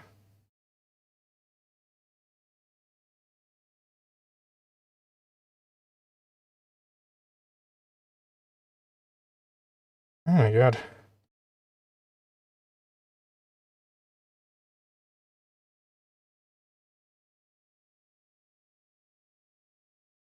I guess I can't get my camera back. We might do let's do one of those post debate streamy things. We do that? Fuck it, let's do it.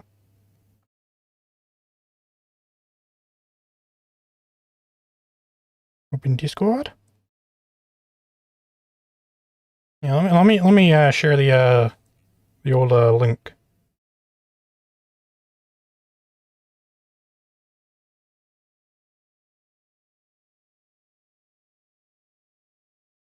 This link will expire after 1 day. Generate a new link. Copy. Yeah, come on in. Let's discuss it. We haven't done that in a while.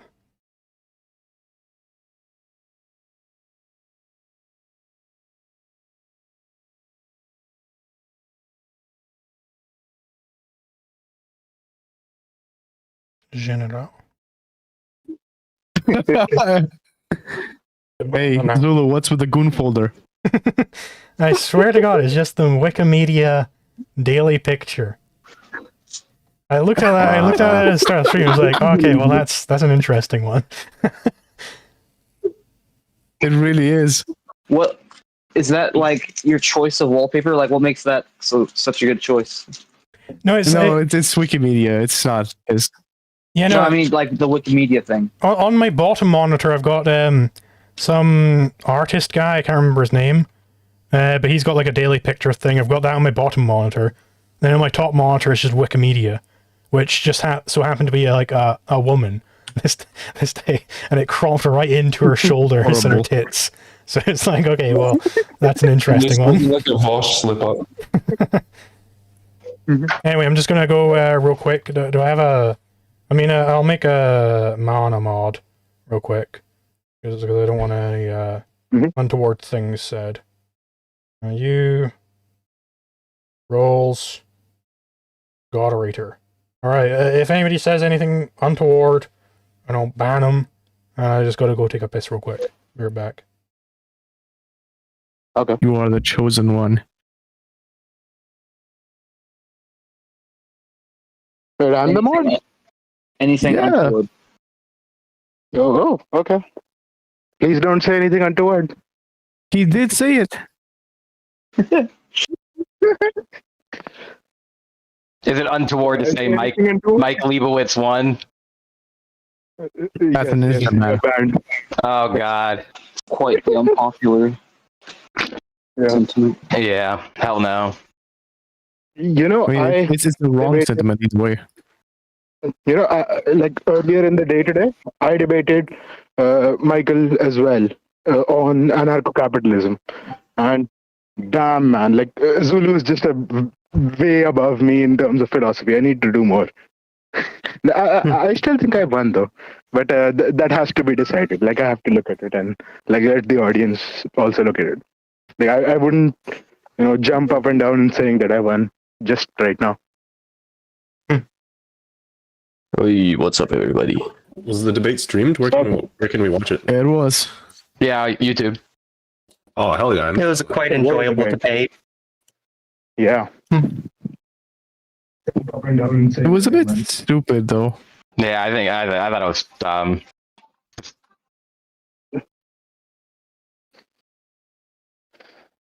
Oh, damn, I missed the whole thing. Also, like Liquid Zulu Yeah. debates are like festivals, man. It's like everybody shows up. was being a pretty big nominalist, basically. Yeah. All Yeah. the definition of something is kind of either the most popular one or just whatever someone says it is. Ah, I see. His argument was just, I don't understand what they're saying. So, Yeah. But he therefore, also we- contradicted himself quite a lot. Yeah. He brought up a proper noun that isn't a definition, and then he gave a definition for. Right. I was like, what the? You just gave a genus and differentia for objectivism by saying it's the philosophy of Ayn Rand. Literally. Argumentum ad vox rand. Rand said it, therefore true. Well, no. The thing is, Even if it's a contradiction. I think his argument, the strong case for his argument is that the term needs to have a very solid, like delineated meaning that can be understood by everyone. But the thing is, the Zulu kind of countered that and said it can have a very solid meaning that isn't what Ayn Rand believed, right? It can be the philosophy of the primacy of existence, and that's it. Yep. And that is, he was saying, like, through the history of philosophy, that's the way Peikoff addressed each of the philosophers. He's like, showing how Platonism came to be and then evolved into Kantianism over centuries, right? No. It's that, you could identify the central theme of a philosophy, You could see that, okay, what Kant is doing, and this is what, the objectivists like Rand and Peikoff and others, like in science papers, you would have et al. Like, so this is what the objectivists point out, right? That the essence of Kant's philosophy is the complete destruction of the mind, in the sense that you can't have you can't have pure reason or applied reason. So all of reason is gone. So both sense perception and thinking are completely destroyed by Kant. And you don't need to, look at everything that Kant said, and some things, let's say Kant said that there's a noumenal world which is actually really real. Like that is not essential to his philosophy. What's essential is this all-out attack on the mind, right? Yeah, So you could that's sort of like identify essentially. that's go ahead. that's sort of like the main point that I was trying to get across there. Is that nowhere else in philosophy or elsewhere do we really define systems this way.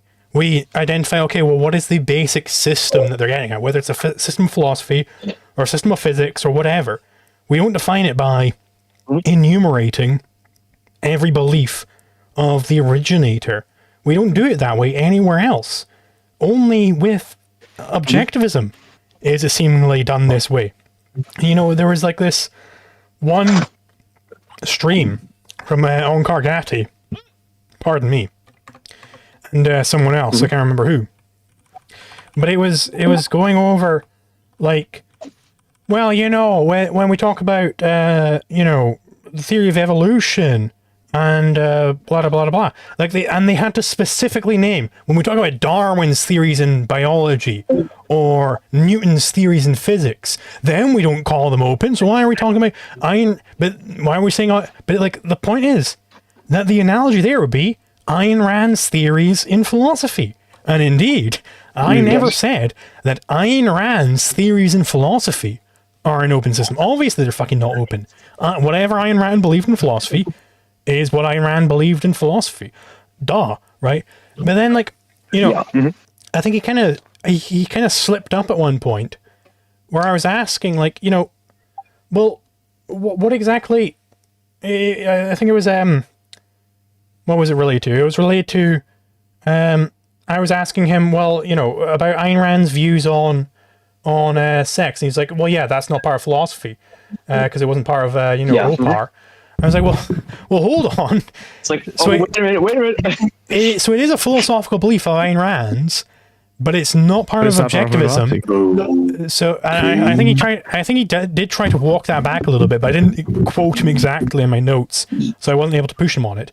But I would be very interested to go back in the VOD and look at what he said there, because I'm very certain that he was going over how, well, there are philosophical beliefs held by Ayn Rand, which are not part of Ayn Rand's philosophy, which is like, that's basically, we brought open objectivism. I mean, you got him in a contradiction. Yeah. Yeah. Yeah. Back that it's not called Randism. Another point that he brought up was that objectivism is the proper noun that Rand has named her philosophy. Like, you know, I have named my cat Arthur, right? And so the problem is that then we have to call it something which is essential to her philosophy, you know, which is not the name of the philosophy. What's essential? And then what do we do? Like, do we call it something else? Like, how about this? Like, the capital O objectivism, you can keep that as a proper noun. Let's have the small o objectivism as the primacy of existence applied everywhere else. I mean, but you know, like that's causing too much confusion. Like, it's just far better to, you know, say that Ayn Rand, you know, identified to an extent no one has done before, and you know, Aristotle started it. Ayn Rand did it to the largest extent till date, that she identified the method which gave this philosophy, right? Which is the philosophy of the primacy of existence. And like, there is something essential about what Rand was doing, and like, call it a proper name, but like, you still have to address the essential point of what was Rand doing in doing this. You know? Yeah, I think it is also worth pointing out that Jeroen Broek once said, I'm paraphrasing a little bit here, but he once said that you can't call yourself an objectivist if you voted for Donald Trump. And, you know, there's this great video online. Somebody cut that up with Leonard Peikoff saying, I'm voting for Donald Trump. So it's just like, okay, well, apparently there are disagreements among the church fathers here. It's almost like this isn't the correct way to identify what objectivism is. But you know, it's a tighter concept formation. When you say objectivism, you mean a certain thing. So it's kind of like you're forming a concept of what a certain philosophy is. If you mentioned like physics and stuff, so like in physics, you have like general relativity that was made by Einstein, right? And so Einstein basically shows where Newton and Galileo were wrong, right? But that doesn't mean that all of what they said was useless, or that somehow you have to, like, he had to call it something else. So Einstein didn't go like, oh, well, and I have to come up with a completely separate name for this thing. Like if I used impulse, right? Impulse and momentum. And in Newtonian terms, defined it as a change in momentum of an object, right? I don't have to come up with something completely different, right? When I'm applying general relativity, right? Because like, okay, well, now we know time is relative, right? Relative to speed. So do I have to like change the whole name of the force, like impulse in classical mechanics, just to use it for like general relativity? Like that doesn't make sense. I do wonder, does Liebowitz believe in intellectual property? Yeah. Probably, yeah. Yeah, oh yeah. That makes total sense. Oh yeah. Yeah, you've talked with He's talked with Kinsella about that multiple times. Oh, Nice. I will say in Leibowitz's defense, somewhat, is that he is one of the few closed objectivists, you could call them, who is even willing to talk about the subject. Like most of them will say, yes, they'll take the Jeroen Broek position about anarchism. They'll say it's not even debatable, which, you know, I talked with Man about this in his upcoming video on Rational Frontier. Everyone go subscribe if you want to see my video there. We talked about this. It's like, it is very much like how the classical philosophers, everybody in the philosophy establishment, they'll say, no, objectivism, it's not even part of philosophy. It's not debatable. It's not even debatable. It's not part of philosophy. The closed objectivists, they do the very same thing. They'll say, well, no, it's not even debatable whether objectivism will open or closed. And they will. There is a video online with the one with Ankar Gate where they get angry at Craig Biddle for debating Steve Hicks. They'll be like, this isn't debatable. You're sanctioning them. It's insane. Like, this is clearly a cultish attitude. Address it, then it can't be true. Yeah, this is clearly Rothbard was onto something when he identified the cult of Ayn Rand. There clearly is a cult here. Yeah, it's very religious. Yeah. How does Michael? Oh, go ahead. Yeah, and also like on the point that Michael is like, he's very open to debate and conversation, and that's why I have a lot of hope that eventually he'll see things our way. But like, I have hope. It's not. I don't have a proof. Okay. But I did. I did debate him earlier today as well, right? Okay. Yeah, he's a very virtuous man, by the way. Like, great guy, right? How does Okay. How does Michael get away with calling himself a closed objectivist when even he disagrees with parts of it? Well, he's saying that that's not part of objectivism. He's saying that like his innovations are not part of objectivism. So, and which is something I want to point out, right? He believes objectivism is a closed system, but he's not a complete objectivist, right? So it's like he is not a closed objectivist. He thinks objectivism is closed, which is two different things. I see. And one problem, that I might point out also with holding this kind of a view is that as time passes more and more, and Rand is no longer producing any more content, this stops being an active philosophy and starts becoming a museum. Because, and anybody who's innovating, if they don't use the term objectivist, they're not easily identifiable, right? And so, like, this might cause, and some would argue it has caused, a museum effect in the fact that there is less and less interest in objectivism because there would be hostility to new innovators, right? Yeah. And so, there's less of an incentive to innovate in objectivism, right? Perhaps the Museum of Ayn Rand is going to become the mausoleum of objectivism. Just like it's dead. It's closed and it's dead. Dead objectivism. I mean, you can see this, like the interest in sort of the closed objectivists. It's waning year after year. Like there hasn't been the big influx of interest has really been my channel. Right, it's been that's the only big, like, because there have been other objectivist channels who've tried to do it before. None of them really got any sort of traction, but it's only when you sort of just get rid of this fucking poison pill of what I call zombie objectivism, this virus. Zombie objectivism, because it's very destructive to the movement.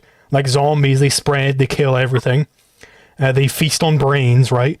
And B, because it's worshipping it's worshipping a fucking dead woman, right? That's fundamentally what it's doing, is worshipping a dead woman, which is like, you're just stuck. Then it's never going to go anywhere. And already I'm getting more viewership than a lot of these like institutions with their institutional funding. Where I don't have institutional funding. There's clearly something here. I think free market is working. I think there's a pretty obvious reason for this, because I remember being 8 years ago when I was just getting into like libertarianism and anarcho-capitalism, all these philosophical ideas. I was interested, right?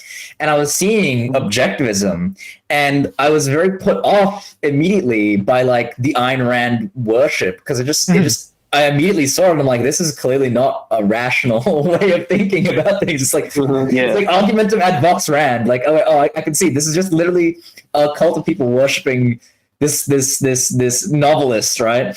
and it completely distracted me from the ideas, right? Because like once Zulu started talking about the ideas, like divorcing it from worshiping this woman, like he talked about the primacy of existence, like, you know, the reliability of your senses, you know, like, oh, this is actually good philosophy. Now I'm actually interested, right? It's like the moment you escape this, like the mausoleum of Ayn Rand, like, you know, like the Lenin's mausoleum, it's like, you know, do you guys know that Lenin's corpse is like embalmed and it's in his glass box in Moscow? Just imagine that with Ayn Rand. That's Jesus Christ. The Ayn Rand Institute. Right? They have a corpse in his glass box, and that is objectivism, right? You go up to the box and you pray to Ayn Rand, and like that's very unattractive to, like, you know, a young person interested in philosophy, because they're trying to find the truth, you know. But whereas Zulu goes directly for the jugular, right for the actually interesting and useful element, and he doesn't actually smother it, because, you know, you actually get to, you know, continue thinking, right? Yeah. It's like, you know, I've got two anecdotes to this to you know, sort of build on this. Like the first is I heard from Adrian Shepherd, who is one of the founders of Springtime of Nations.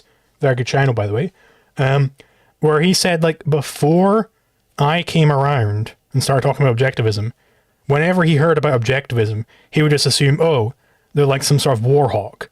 Like, that was like the identification there. Objectivist, oh, they're like a war hawk. Because that's the foot they're putting forward. They're not putting forward the epistemology or the metaphysics or anything. They're putting forward, well, I mean, isn't Israel so great? Like, that's the identifying feature. Oh my God, yeah. That's the foot. Everyone except Israel. That's the identifying feature of the ALRI. Open borders for everyone and nuke Iran. Yeah, that. And like, just like, why? So it's like that's sort of the first point, which is like, you know, I got that a while ago, where I was like, okay, yeah, clearly there's something here. And then more recently, a good friend of mine went to an objectivist conference. It was like Ocon or something, I believe it's called. And he said, like, he sent this to me directly. He said the majority of young objectivists there were at least aware of my content. So it's like, okay, clearly there's something going on here. Like, clearly I'm hitting on something. And it's not, this isn't just like, I'm being a crazy person who is just talking out of his ass and, you know, giving nothing new. Clearly there's something here. Like, and like everybody can, it's very obvious to see in hindsight that objectivism and Rothbard's innovations in law they marry up so well, objectivism and anarcho-capitalism. Because, I mean, Mon made this point. He makes this point in his next video, that, you know, the objectivists, they're right in every area but one. What's the area they're wrong about? Well, it's law. That's the area they're wrong about.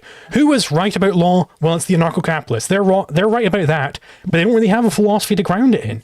So it's like, well, maybe if we had some way to bridge these two things together, then you got something.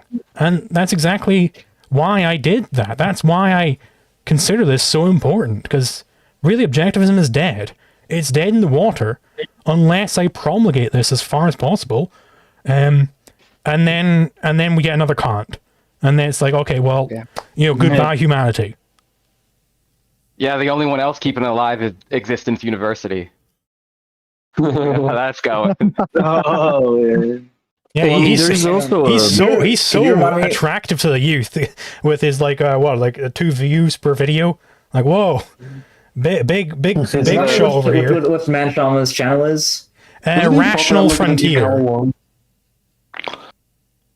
I mean, there is also a thing happening with people also like to deify Rothbard. Like anything Rothbard has ever said, like, oh no, you can't disagree with that because Rothbard said it. Like, I think that's also happening. So there's plenty of libertarians, right? They basically go to Rothbard and completely dismiss objectivism in any way when it comes to libertarianism. Yeah. Like I'll get this all the time. Like, you hear this all the time from the Mises Caucus. They'll be like, well, hey, our closed border position, that's the position of Rothbard. It's like, well, bitch, Rothbard was wrong, okay?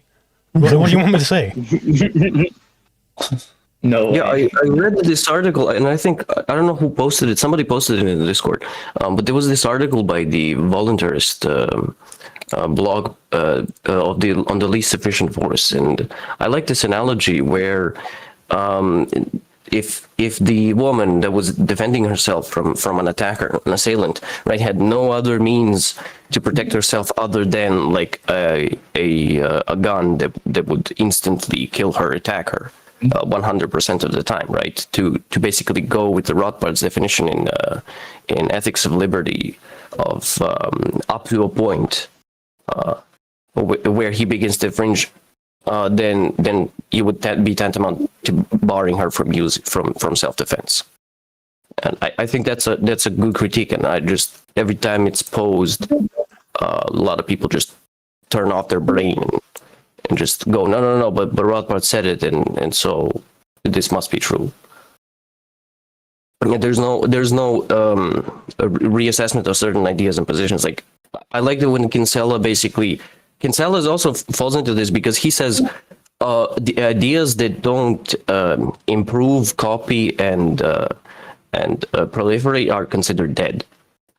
So he basically uses this as an attack against IP, but as soon as it's shifted onto his own positions, he completely backtracks, I think. And I don't know if you ever if the discussion that you and Kinsella had actually ever happened. I know it was delayed.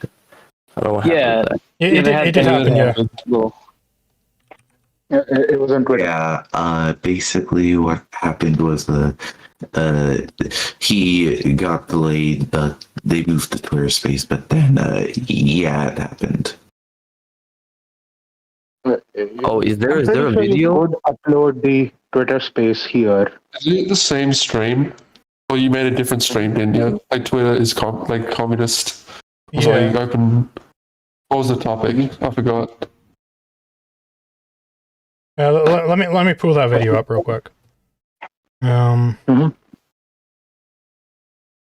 Your channel. I think bringing it back to what Liebowitz said, the fact that Rand didn't want it to be called Randism is just like a nail in the coffin. Like, she didn't want it to be like her philosophy explicitly. She wanted it to be objectivism. And I saw in the comments of like the YouTube live, someone said that like the Objectivist was written with like multiple authors, but Rand was like overviewing it or whatever.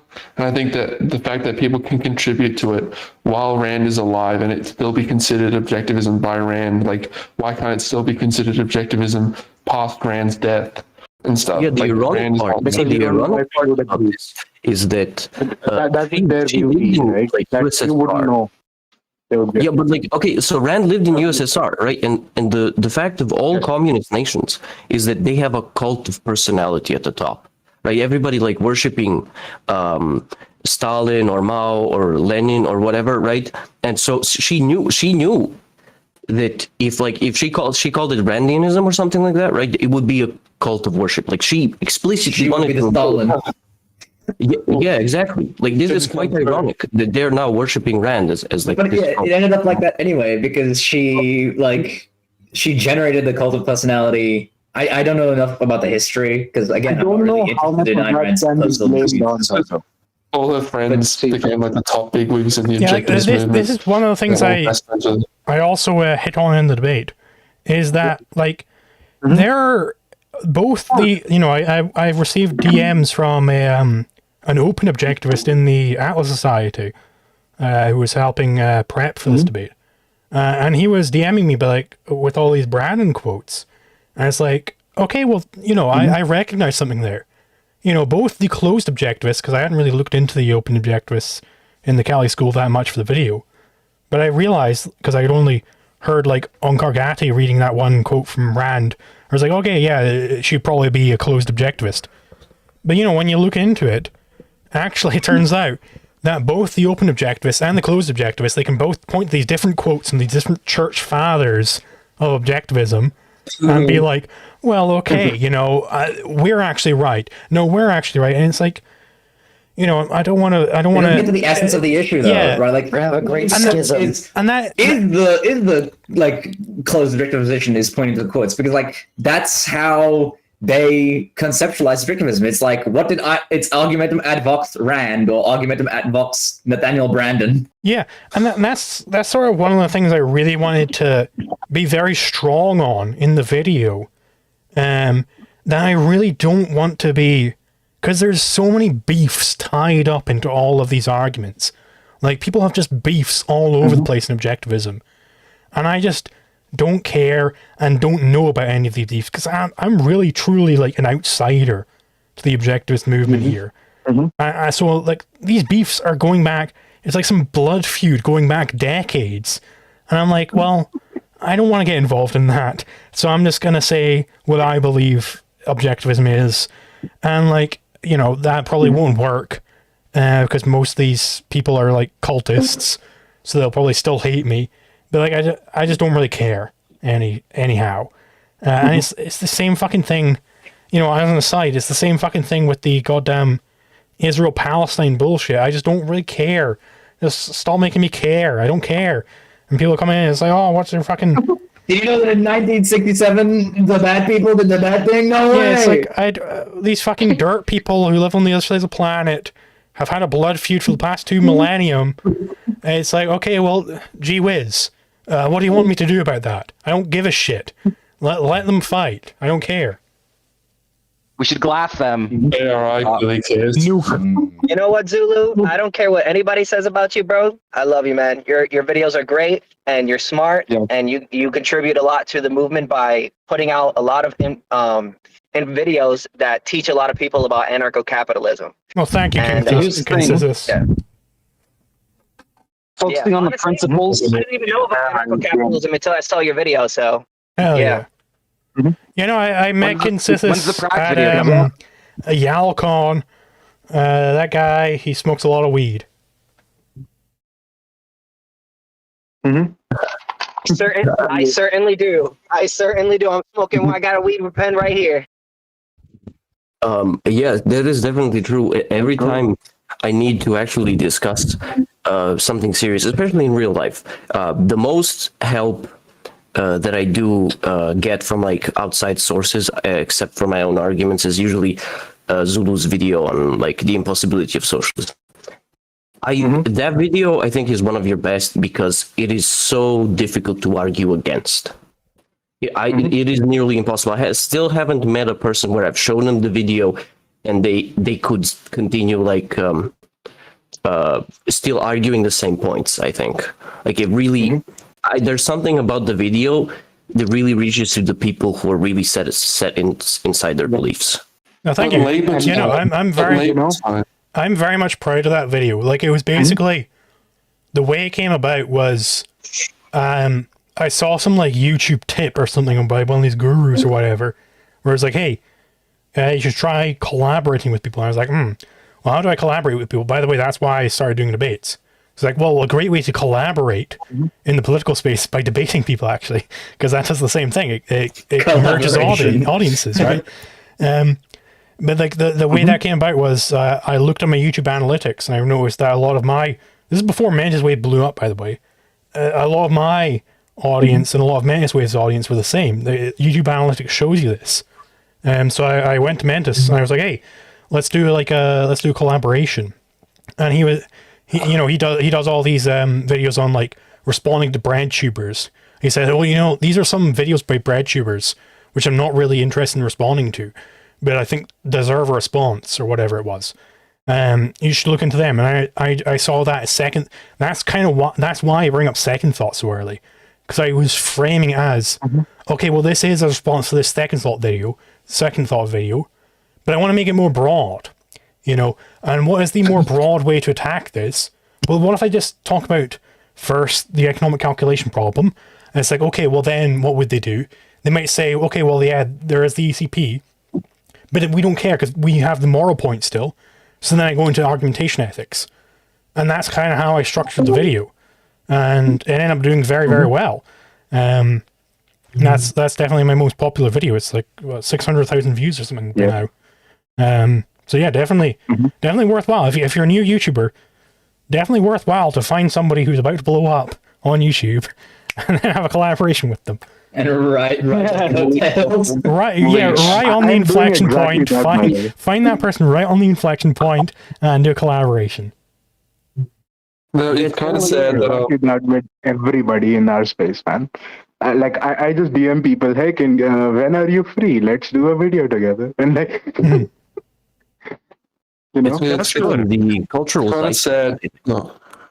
It's kind of sad that I do have me and Zulu, we did a video together recently. I'm just getting the audio worked out on it, and so make it sound a little bit better, because right now it sounds like we are talking from the moon, and so right, and it is basically like we are addressing literally every single disagreement that our movement has with the traditional objectivists, right? And so it can be literally a pointer to anybody who has a disagreement with our kind of people, like our movement. You could just give them that video, and every single point has been addressed in that, at least coming from the more classical objectivist critique, right?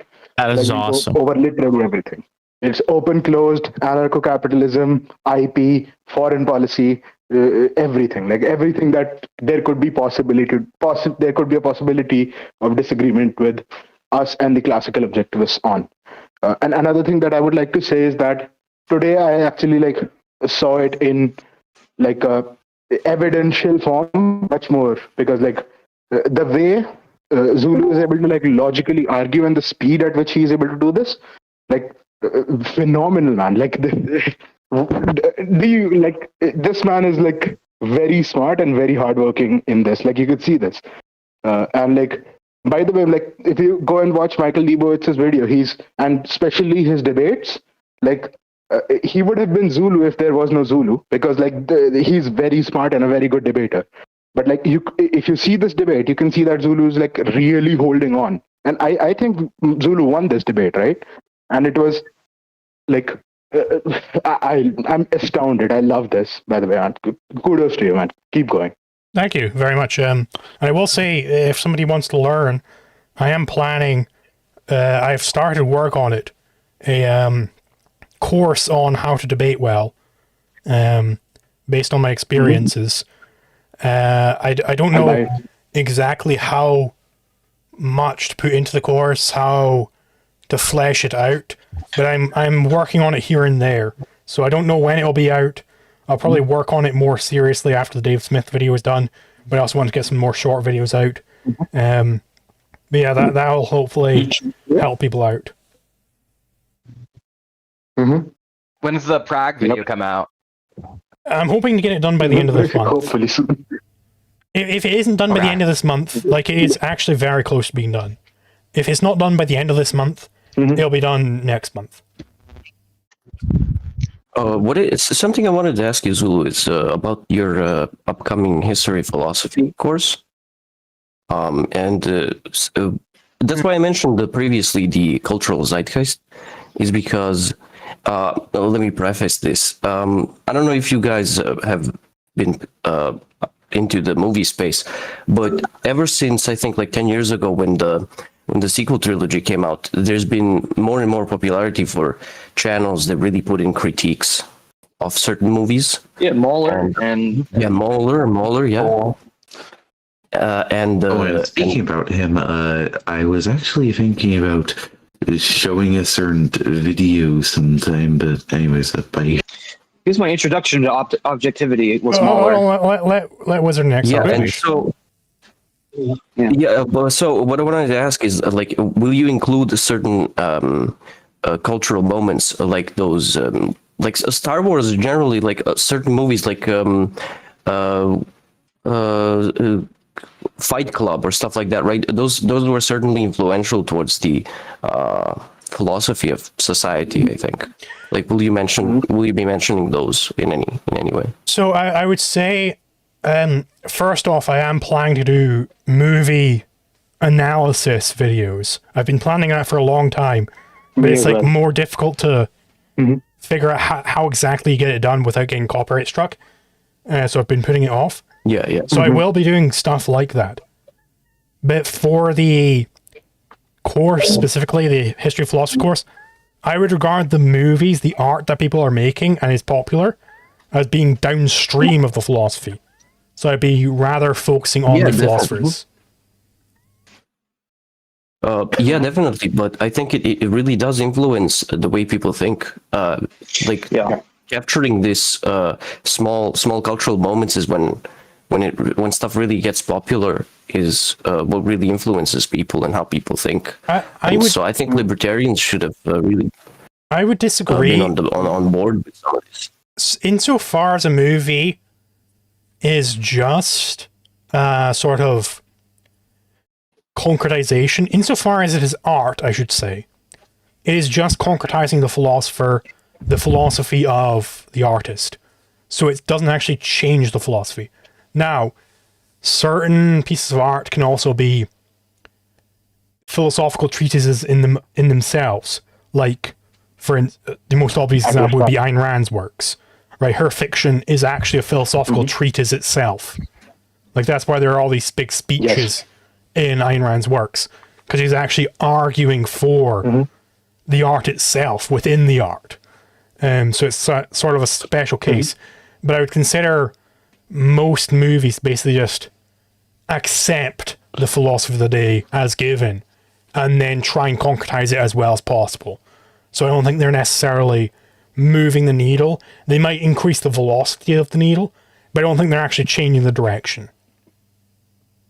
Now, if you're more selective with the type of art you do consume, if you give yourself like a curated library of the best art that you can, it will affect your long-term psychology. Yes. That is a skill you need to learn. Yeah. But that's the thing, right? Like, in the logical point of view, like, first there has to be a philosopher, and then there has to be an artist who is inspired by the philosopher, right? Which then creates something great, and that, let's say, spreads the philosophy to the masses, right? That is one way to spread the philosophy to the masses, through art. And I would say, like, sometimes the philosopher and the artist can be the same person, like Ayn Rand, but like that's generally how logically it goes. So if you want to change the kind of art that is produced today, you'll have to change the kind of philosophers that are out there today. And once that happens, then artists get inspired from those philosophers and create great art. You know? So, yeah. Did I cut out, or did everybody else cut out? Yeah, I we heard you. We're just speechless. There's a gentleman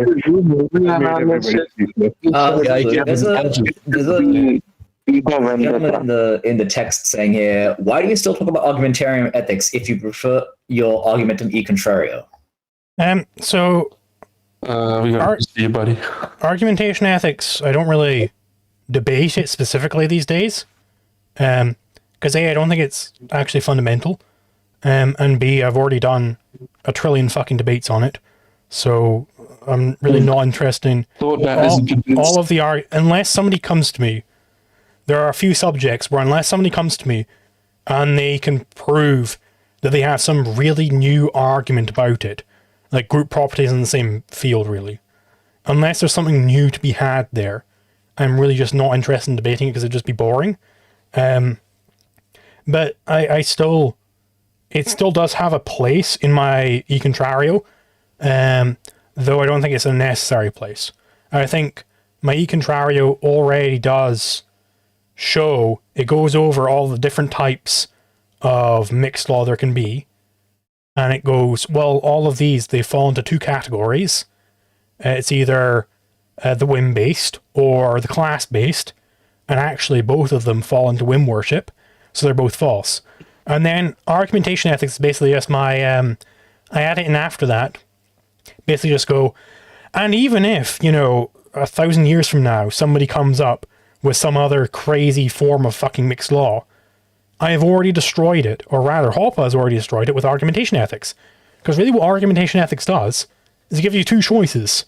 Either you're going to be an animal beast ruled by whim, or you're going to be a rational man who is, following the non-aggression principle. That's what argumentation ethics gives you. Now, that itself doesn't tell you why you should be the rational man, but objectivism does. Objectivism says you shouldn't whim worship. Now, I am aware of a paper by Liam Staten, which purportedly refutes my proof. I haven't looked into it yet, because I've been busy on the Dave Smith video, but I will look into it after the Dave Smith video is done. And then I will, deal with that. I think it's an interesting point on argumentation ethics that it basically claims that the domain of action that is covered by argumentation ethics is much smaller than within is necessary to carry the argument. But I haven't really analyzed this, and I don't think it's really interesting to you to really analyze that even further, because obviously you don't really rely on argumentation ethics anymore, really. Mm-hmm. But it might be worth investigating as a curiosity. Zulu, do you think Dave Smith, when you release a video, do you think there's a chance that he'll try and debate you, just to respond if it gets big enough? No. Or do you think if it's small enough, he'll just brush it off or something and just try and act like it doesn't exist? So what do you think his reaction would be? I do have some predictions written down for what will happen. On will Dave Smith watch? He might not. He might watch. He'll probably watch it at least, but probably not the whole thing. Whether he responds, probably not. At least he won't respond in depth. I don't think he will. He'll probably have some sort of cope. I identify several copes that Dave Smith uses. Within this very video, I identify several copes that Dave Smith tends to use against me. I reckon he'll probably go down the line of, oh, it's too long, or, oh, this guy is just irrelevant. And he'll basically just rehash all of the copes I kind of, identify there. So I doubt he will actually respond in any sort of depth, but he probably will at least acknowledge its existence. That's just how I think the video will have. But, I'll leak here. I don't think Dave Smith will see this. But I'll leak here that I do have him on record as saying that if he mentions someone in an accusatory manner in his Part of the Problem podcast, then he thinks it's only fair to debate them on Part of the Problem. Thus far, he's only ever talked shit about me off of Part of the Problem. He'll go on any other show and talk shit about me, but he hasn't done it on Part of the Problem yet. So if he says a lick about the video on Part of the Problem, then I've got him. And then he just clearly, either he debates me or he's clearly being inconsistent. I think what he's going to do is he's going to get his daddy Andrew Wilson to react with him and stuff. Sort of like how Hassan, he likes to. That would be if he watches someone's response to the argument against Hassan, so he doesn't have to make any arguments. He can just sit there, watch the video, and be like, "Yeah, this guy's right." If he does do that, that would be very terrible for him. If he does that, it would be very terrible for Dave Smith if he gets Andrew Wilson to debate. Not just because that, but also because I've got a whole section in the video going over his debate with Andrew Wilson and going over how he thoroughly lost Andrew Wilson. So if he does get Andrew Wilson to view the video for him, that would be terrible for him. Oh no! It would be just such a because Andrew Wilson is of course going to agree with me. I did win. Yeah. I'm curious though. Dictionary. Dave Smith is a retard and he did a very bad job, but Wilson was also very dishonest. You enter a debate and the first question you ask without any questioning principles, is it moral for me to fuck my sister? No. The first question. Hold on. The first question Andrew Wilson asked was, "Can you justify self-ownership?" Which is entirely fair. Can Dave Smith? Because Dave Smith has at the root of his property theory self-ownership. So he asks, "Can you justify self-ownership?" Then he eventually whittles it down to the point of, well, let's get some reductions ad absurdum. Could I fuck my sister under your view of self-ownership? And could two brothers fuck, right? And Dave says, no, of course I want the state to stop that. And it's like, okay, well, Jesus Christ, Dave. This is a very simple reduction of absurdum. Like, how would you respond? Like, let's say you're talking and Andrew Wilson just asks you, like, so should you be able to fuck your sister? I would say yes. Yes. But in a moral sense. I would say it's bad. Not moral. I would say it's bad It's for me not to fuck moral, my it's sister. legal, it's not moral. It's not the same thing. It's not illegal. I would say it's bad for It's me to not a fuck my violation sister. of the NAP. But specifically, Yeah, I Andrew get that. Wilson asked, should the state come in and stop two sisters from fucking, or two brothers from fucking? Two And Dave said, yes, I guess I would want the state to stop that from happening. And I would never get to that point in debate. Never in a million years could someone brain fuck me to the point. Agents. And moreover than that, Andrew Wilson so fucking completely raped Dave in the brain that Dave couldn't even bite the bullet that conscription is always bad. Dave said, oh yeah, no, of course, sometimes conscription is good. And it's like, what the fuck, Dave? This is so easy. It's like literally, yeah, slavery could be good. Yeah, I could be convinced that there's some situation where, agents of the state should break into your home, drag you into a van, and throw you into a camp to be trained to be put into a trench and then blown up by, I don't know, Russian artillery. Yeah. And meanwhile, he's friends with Keith Knight, who's always constantly hopping on Ukrainian conscription. It's like, oh, but you can't, in a debate, you can't say actually conscription is always wrong. He can't bite that bullet. He's completely allergic. He's been completely. He was too afraid of God. I did a test live on stream. Anybody can watch the VOD. I tested this live. I brought up random members of my chat and asked them that same question. All of them bit the bullet. So all of them are a more consistent motherfucker than Dave Smith. All of them.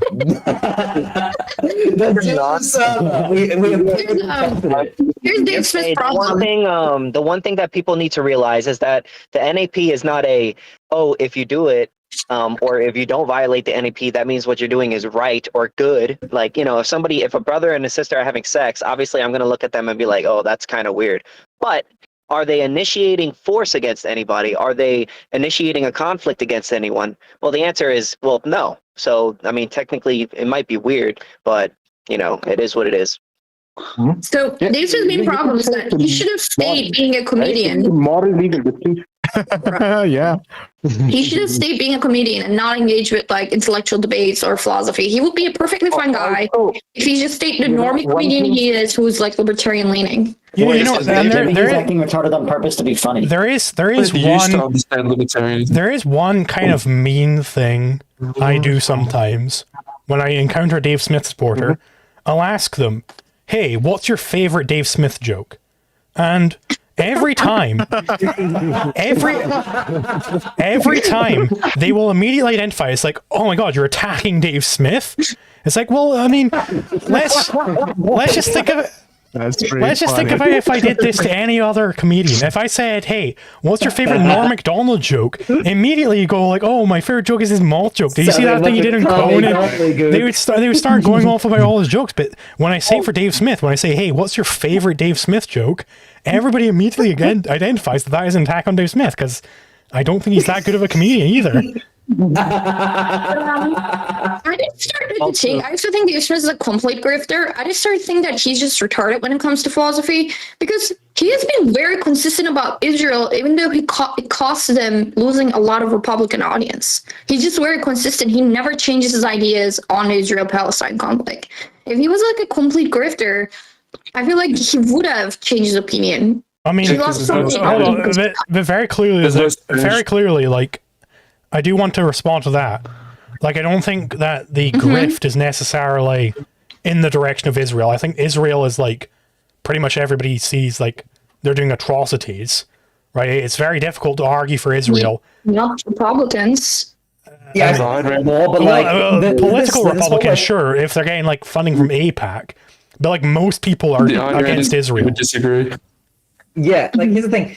This is what Scott Horton, Dave Smith's school of arguing about Israel Palestine, where like let's go back to like 1947, 1967. Let's talk about the history like from like a millennium behind us. Like, why do you need to do that when you can just say it's very clearly bad for snipers to shoot children? Like, I don't need to hear about 1967 to identify that, right? Here's the thing, though. Dave Smith would have been more popular if he just kept feeding his Trump supporter audience more and more, and maybe he would have made way more money. But he's willing to choose less money and just sticking to the entire position.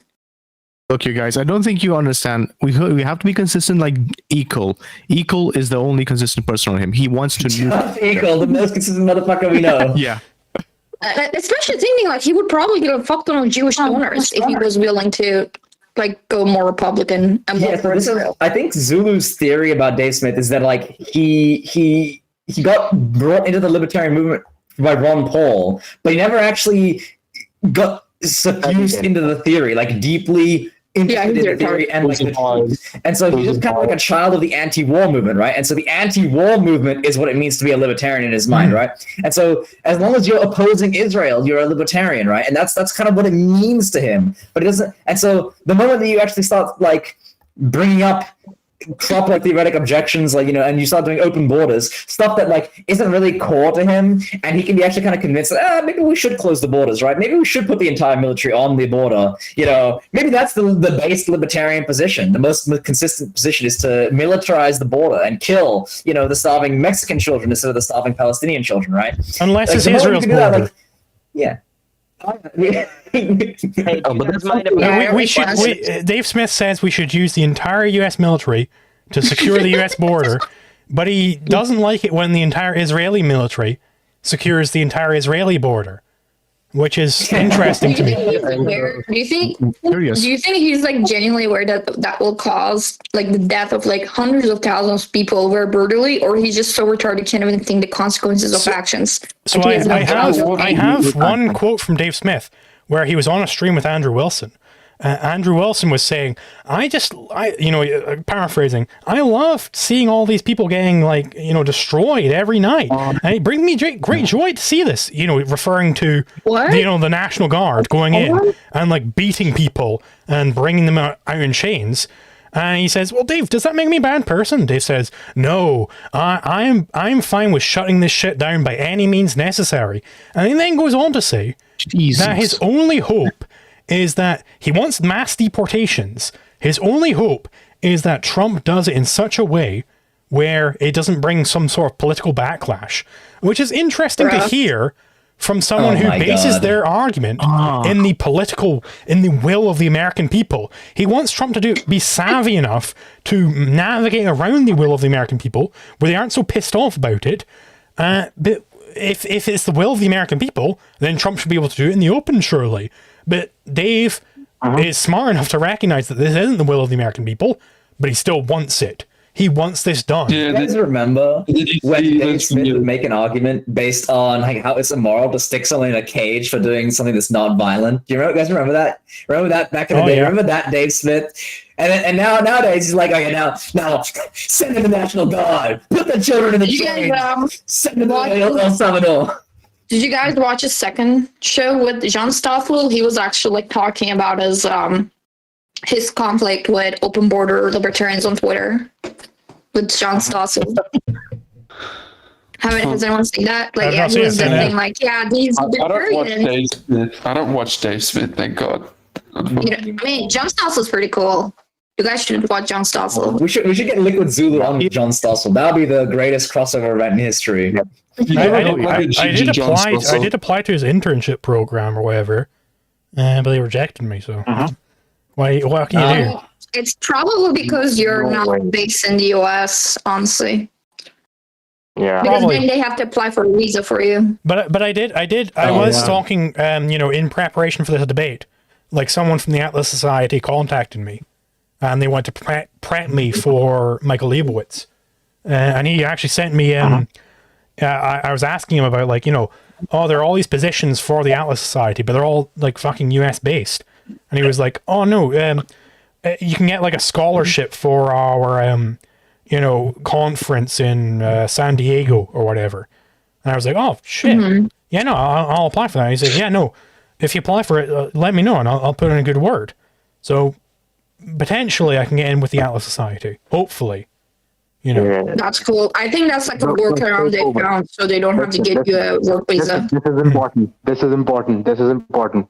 Let's do it. If Zulu gets into the Atlas Society, our movement takes over the Atlas Society, and if we become the Atlas Society. Okay. Yeah, that would be cool. The right kind of an objective. Okay. I think Atlas Society is pretty basic to this. Oh, but what do you think? Whatever it is, let's take it over and rebuild it. You know. But here's what I want to ask: like, who's more damaging to the movement? Do you think it's Dave Smith or Walter Block? Dave Smith, easily. Dave Smith.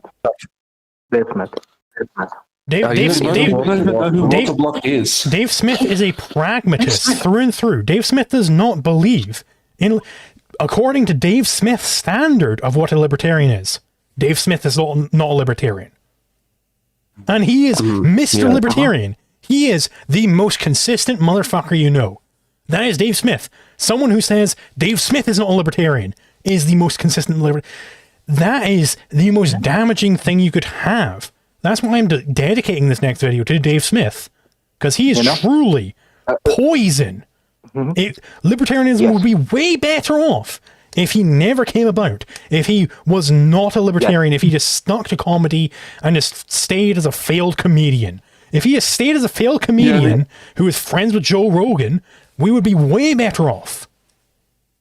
I think you can see that with what happened with Destiny, because like there's a second order effect where Destiny was reacting to it. It's just like, libertarians don't even like a philosophical stance, it's a vibe, and like all the people watching him just immediately they're not bothered to go look at the theory or whatever. They just parrot what Destiny says, and then that has second order effects where they tell people that, and then those people believe that, and then those people believe that, and then it just spirals out into until a libertarian just becomes like a meme philosophy, like as Destiny put it, a meme ideology. Libertarianism is when government doesn't do things I don't like and does things that I do like. That's what libertarianism is. Exactly. But I would like to point something out which is very important, is in the sense that, you know, the traditional objectivists, they do it too much, but the libertarians don't do it at all. Like, we have to have some sort of, you know, philosophical discipline over here. Exactly. Like, in the sense, like, where is the great Mises Institute denunciation of Dave Smith? Why hasn't it happened 5 years ago? You know? Like, why is this guy still hanging out with people who are actually good libertarians, and these people agree that he's a libertarian? Like, we got to have like some discipline at least. Like, we can't like, how far away are we to just like letting Marxists call themselves libertarians, which already happens, by the way, right? Like, there are anarcho-communists and libertarian socialists. Like, what are we doing here, right? Like, there has to be a far more of an effect, and I think, you know, like even Michael was bringing it up in the debate that like that's kind of also the fear that if objectivism is open, then objectivism just becomes like libertarianism, that anybody's an objectivist. But of course, like, our position protects against it, but we have to also rescue libertarianism in the sense that we have to define it in its proper position, which is the strict adherence to the non-aggression principle, and then we have to actually implement it out there in the culture, right? Someone who's not doing that, like Dave Smith, they have to be ostracized till the end and ejected from the movement. That's the only way the movement gets some of its self-respect back and becomes something great again, you know? I think I got a question for you. You go. Okay. Do you still support your formulation of the ECP argument on your website, the brain one? Yeah. Okay. I don't know if there are server rules I just joined, but if you do, I'd like to drop I wrote a short critique and a reformulation of it in the chat if anybody's interested in reading it. I think I have a little theory, like a little conspiracy theory, that Dave Smith heard that Zulu's Socialism is Impossible video was going to overtake his most popular video, and so he decided to just like take the black pill and just collab with Nick Fuentes and just that was the one video. I got the screenshot in before that video came took off. Yeah, no, that video rocketed off to success. That was very, very interesting. But I mean, still. Yeah, it's like he did the Andrew Smith thing where he's like, oh yeah, me and you, we like agree on a lot, and like I do like some of your views and stuff like that. It's just like, my God, bro, what are you now? What has become of you? Because like I watched that stream reaction of you against like Sarwalk or whatever it was, and like Dave Smith is just like a completely different person. It's like, what the hell? I mean, Nick Sarwalk debate, except he gets on the stage, he's like, hello, Nick Sarwalk. Yeah, I kind of we agree on a lot of things. We have a lot of common ground, Yeah. But I just don't think this is the best strategy to do things. I just think it's not really that ideal. Pragmatically speaking, we should be pandering to the right instead of the left. That'd be such a loss. Yeah, no, I say specifically in the video, I like pose a hypothetical to the viewer. I'm like, okay, imagine Dave Smith is in a debate with Ibram X. Kendi, right? The DEI guy. Could you imagine for 1 second that Dave is like, well, okay, you got all these views about DEI and everything, but we can actually achieve these better with covenant communities. Didn't you know that? Like, no, he would never do that, because he would recognize that these people hate us and they want us dead. Not for a second would Dave Smith entertain that. So it's just, but only when it comes to the right. Only when it comes to the right does Dave Smith do this thing where he's trying to just mold libertarianism to fit whatever they believe already. Like, it's insanity. And like, it's almost like, sorry, I forgot what I was going to get into there. So somebody else can jump in if they want. Can I ask you a quick question? Do you mind if I do it? Real quick? So basically what's going on, there's this girl on TikTok, she's saying, oh my God, she's a DoorDash driver, and she was dropping off some food, and I guess there was a guy passed out on his couch and he had his penis out, and now she's saying that she got sexually assaulted because she saw the guy with his penis out in his property, and she took a video of it and posted it on the internet. What do you guys think? Was the guy right, or was the DoorDash girl sexually assaulted? He violated the property rights of the guy, because I remember reading this on Twitter. Like, apparently the guy, he left a note on his house. He was, just to clarify, he was in his house. He was asleep. The door was just a crack open. The woman, apparently she opened the door, and then looked inside, saw the guy naked, took a video of him, and then went outside and then complained. She's opening his door. That's basically equivalent to me like going up to some random person's door, opening the door, and going like, "Oh my God, they got their penis out." Yeah, that would only be a case of like him being a pervert if she's a DoorDash driver, but he like opened up the door fully naked. He was asleep. Yeah. There's absolutely no wiggle room for this person. Yeah, if she's not open the door when he ordered the food. Here's what you need to know, right? Is that okay? So DoorDash is an option. Leave at the door, right? Yeah. Whether the door was open or not, right? She had the option selected. DoorDash responded to this, right? They fired her because the option was leave the food at the door. He was asleep, right? So she technically violated her order and went into his house uninvited, right? He was asleep. So that's a very crucial thing. He did nothing wrong. I think he did anything wrong. He clearly did nothing wrong. Like, he was just sleeping in his home naked. That's not illegal. That's not even immoral. That you leave it at the fucking door. The person's not picking up. But she's going around right now saying that she was sexually assaulted, and now that DoorDash is not helping her, the police are not helping her. Clearly. I wonder why. She's wrong. You can stop your daily bitching about woman narrative. Yes, we already declared that she's wrong. She's a professional victim. It's very similar to this. So when does it, like, in principle, when does it become like sexual assault? Say, like, there's like pranks of like dudes like in 2016 who would go up to like children in a park and then like open their gown and stuff, and the parents would like overreact, and like when you like saw inside the gown, the guy was just completely clothed or whatever. I was wondering, like, when does like something like that become an aggression? Like if they're actually like exposing themselves, like does like I don't the think dude become not an aggression. An aggression Wait, or wait. Let me answer. I don't think like in the natural case, like let's say we're in the wilderness. I don't think indecent exposure is a crime, but like on any kind of property, right? Like let's say I own the playground. It's clearly a rule that you should not indecently expose yourself in my playground that I own, or in my in my yard. And so that's the kind of violation that's going on. It's like a property violation rather than like a. I will say it's not aggression with DoorDash. We're going to go down this path no further because we're getting into TOS territory here. Okay, yeah, you're right. What about if we don't involve children and just talk about adult women and adult men? Probably still TOS. Indecent exposure, just regularly. Probably still TOS. Yeah, just okay. Well, just go around this. The guy walk around naked in public. Let's do that. Let's do that in the Discord chat afterwards because I had something to say as well, but I will not because it is going in that territory. Do psychological effects like damages like do they have to be proven, and if they are proven, are they still counted as not for now. Bro, why are we that's talking about children and sexual assaults? Like, I was just talking about psychological effects. Let's just without talking about children. Put the stopper in that one. Dave Smith is such and an go idiot, into some guys. new Dave Smith issue. is like such an idiot on new issue, immigration. guys. Let's get a new issue on the stream.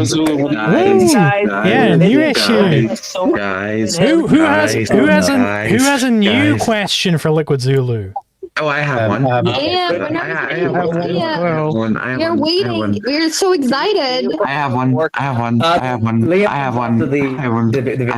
Okay, you say one, Mr. Zed. Okay, Mr. Zed, you say one. Okay. That is, do you have literally any episode of your debate course finished? Like literally any episode? No, I've got writing finished. I think he just got kicked or he left the VC as you just answered that. I have a writing He got his answer finished. and left. He is back. I was going to mute myself, but then I accidentally disconnected. Yeah, no, I've only done some writing for the debate course. I haven't actually filmed anything for it yet. All his work is going into the Dave Smith Celebritarians video right now, so it's that's by the way that's why I haven't had any shorts recently because I've been min-maxing the Dave Smith video. Oh, not the shorts, no. If I'm right, your to-do list is the Celebritarians video, and then you go to talk about Liam's article, and then Are we having a Liam debate? Is that happening? Potentially. I'll need to look at the paper first. Article. Okay, here's my case. I think both you and Liam are good debaters, so that would actually be a very, very interesting debate to watch because usually the people you debate are not adequate. So, I think this will be a big video. Right. But first of all, I would have to read the paper, so it's it's a lot of work to get into this debate. First of all, yeah. I think it's getting get good views because it's really good two debaters going against each other on a topic they disagree. I think it will be the debate of the year. But there's a noticeable difference in quality between when Zulu debates an objectivist versus when Zulu debates a non-objectivist. The level of conversation is just completely. No, Zulu met with Liam. Zulu knows Liam is intelligent. I think that's what I was saying. I'm agreeing. It's a much better conversation when Zulu's debating. Okay, I'm sorry. I misunderstood you. I apologize. Brother, I am intelligent. It's not intelligence. This man knows shit. Well, this man's good. Well, I would say it's probably not a bunch of views because it's still a very niche topic. But it's going to be it's not going to be like a retard. I will debate it at some point. But I need to put my work in towards the Dave Smith video because I've been talking about that for fucking years at this point. So that needs to get done, and then maintenance of the channel needs to be done, and then I can perhaps spend some time because it is a more Like, the thing with debates like that is some debates require more front work, more work before the debate happens. Some debates, you know, if some fucking random ass Marxist comes to me and says, hey, you know, I think people should be fucking locked up in chains and the state should own everything. You know, fucking, I could debate that now. You know, some fucking Marxist came to me right now. If Vosh came into my chat right now and said, hey, I want to debate you right now, then I could fucking debate him right now. But with Liam, well, it takes more preparation because he's got like some specific counter argument to me. So I would need to first go through what my argument is, get it in the front of my brain, then get his argument, figure out what my contentions with it are, and then I can kind of work out what the debate is, right?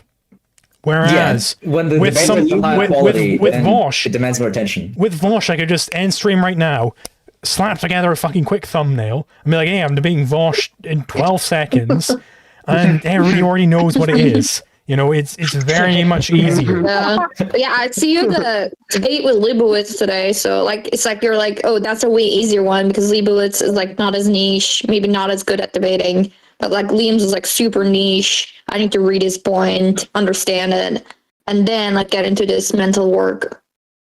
Yeah, Like, is that the thing? And also I would say, just to make this clear, like why I didn't respond to Liam initially. When Liam did approach me for a debate, it was in a very rough time. Somebody who I knew very well, had just killed himself, or at least I just found out about that. Just found out. Yeah, I remember that. So it was a tough time. I was very much not looking to get into anything. I'm sorry to hear that. I'm sorry to hear that. I just really didn't respond to him at all. But yeah, no, I will. Let's let it up at some point.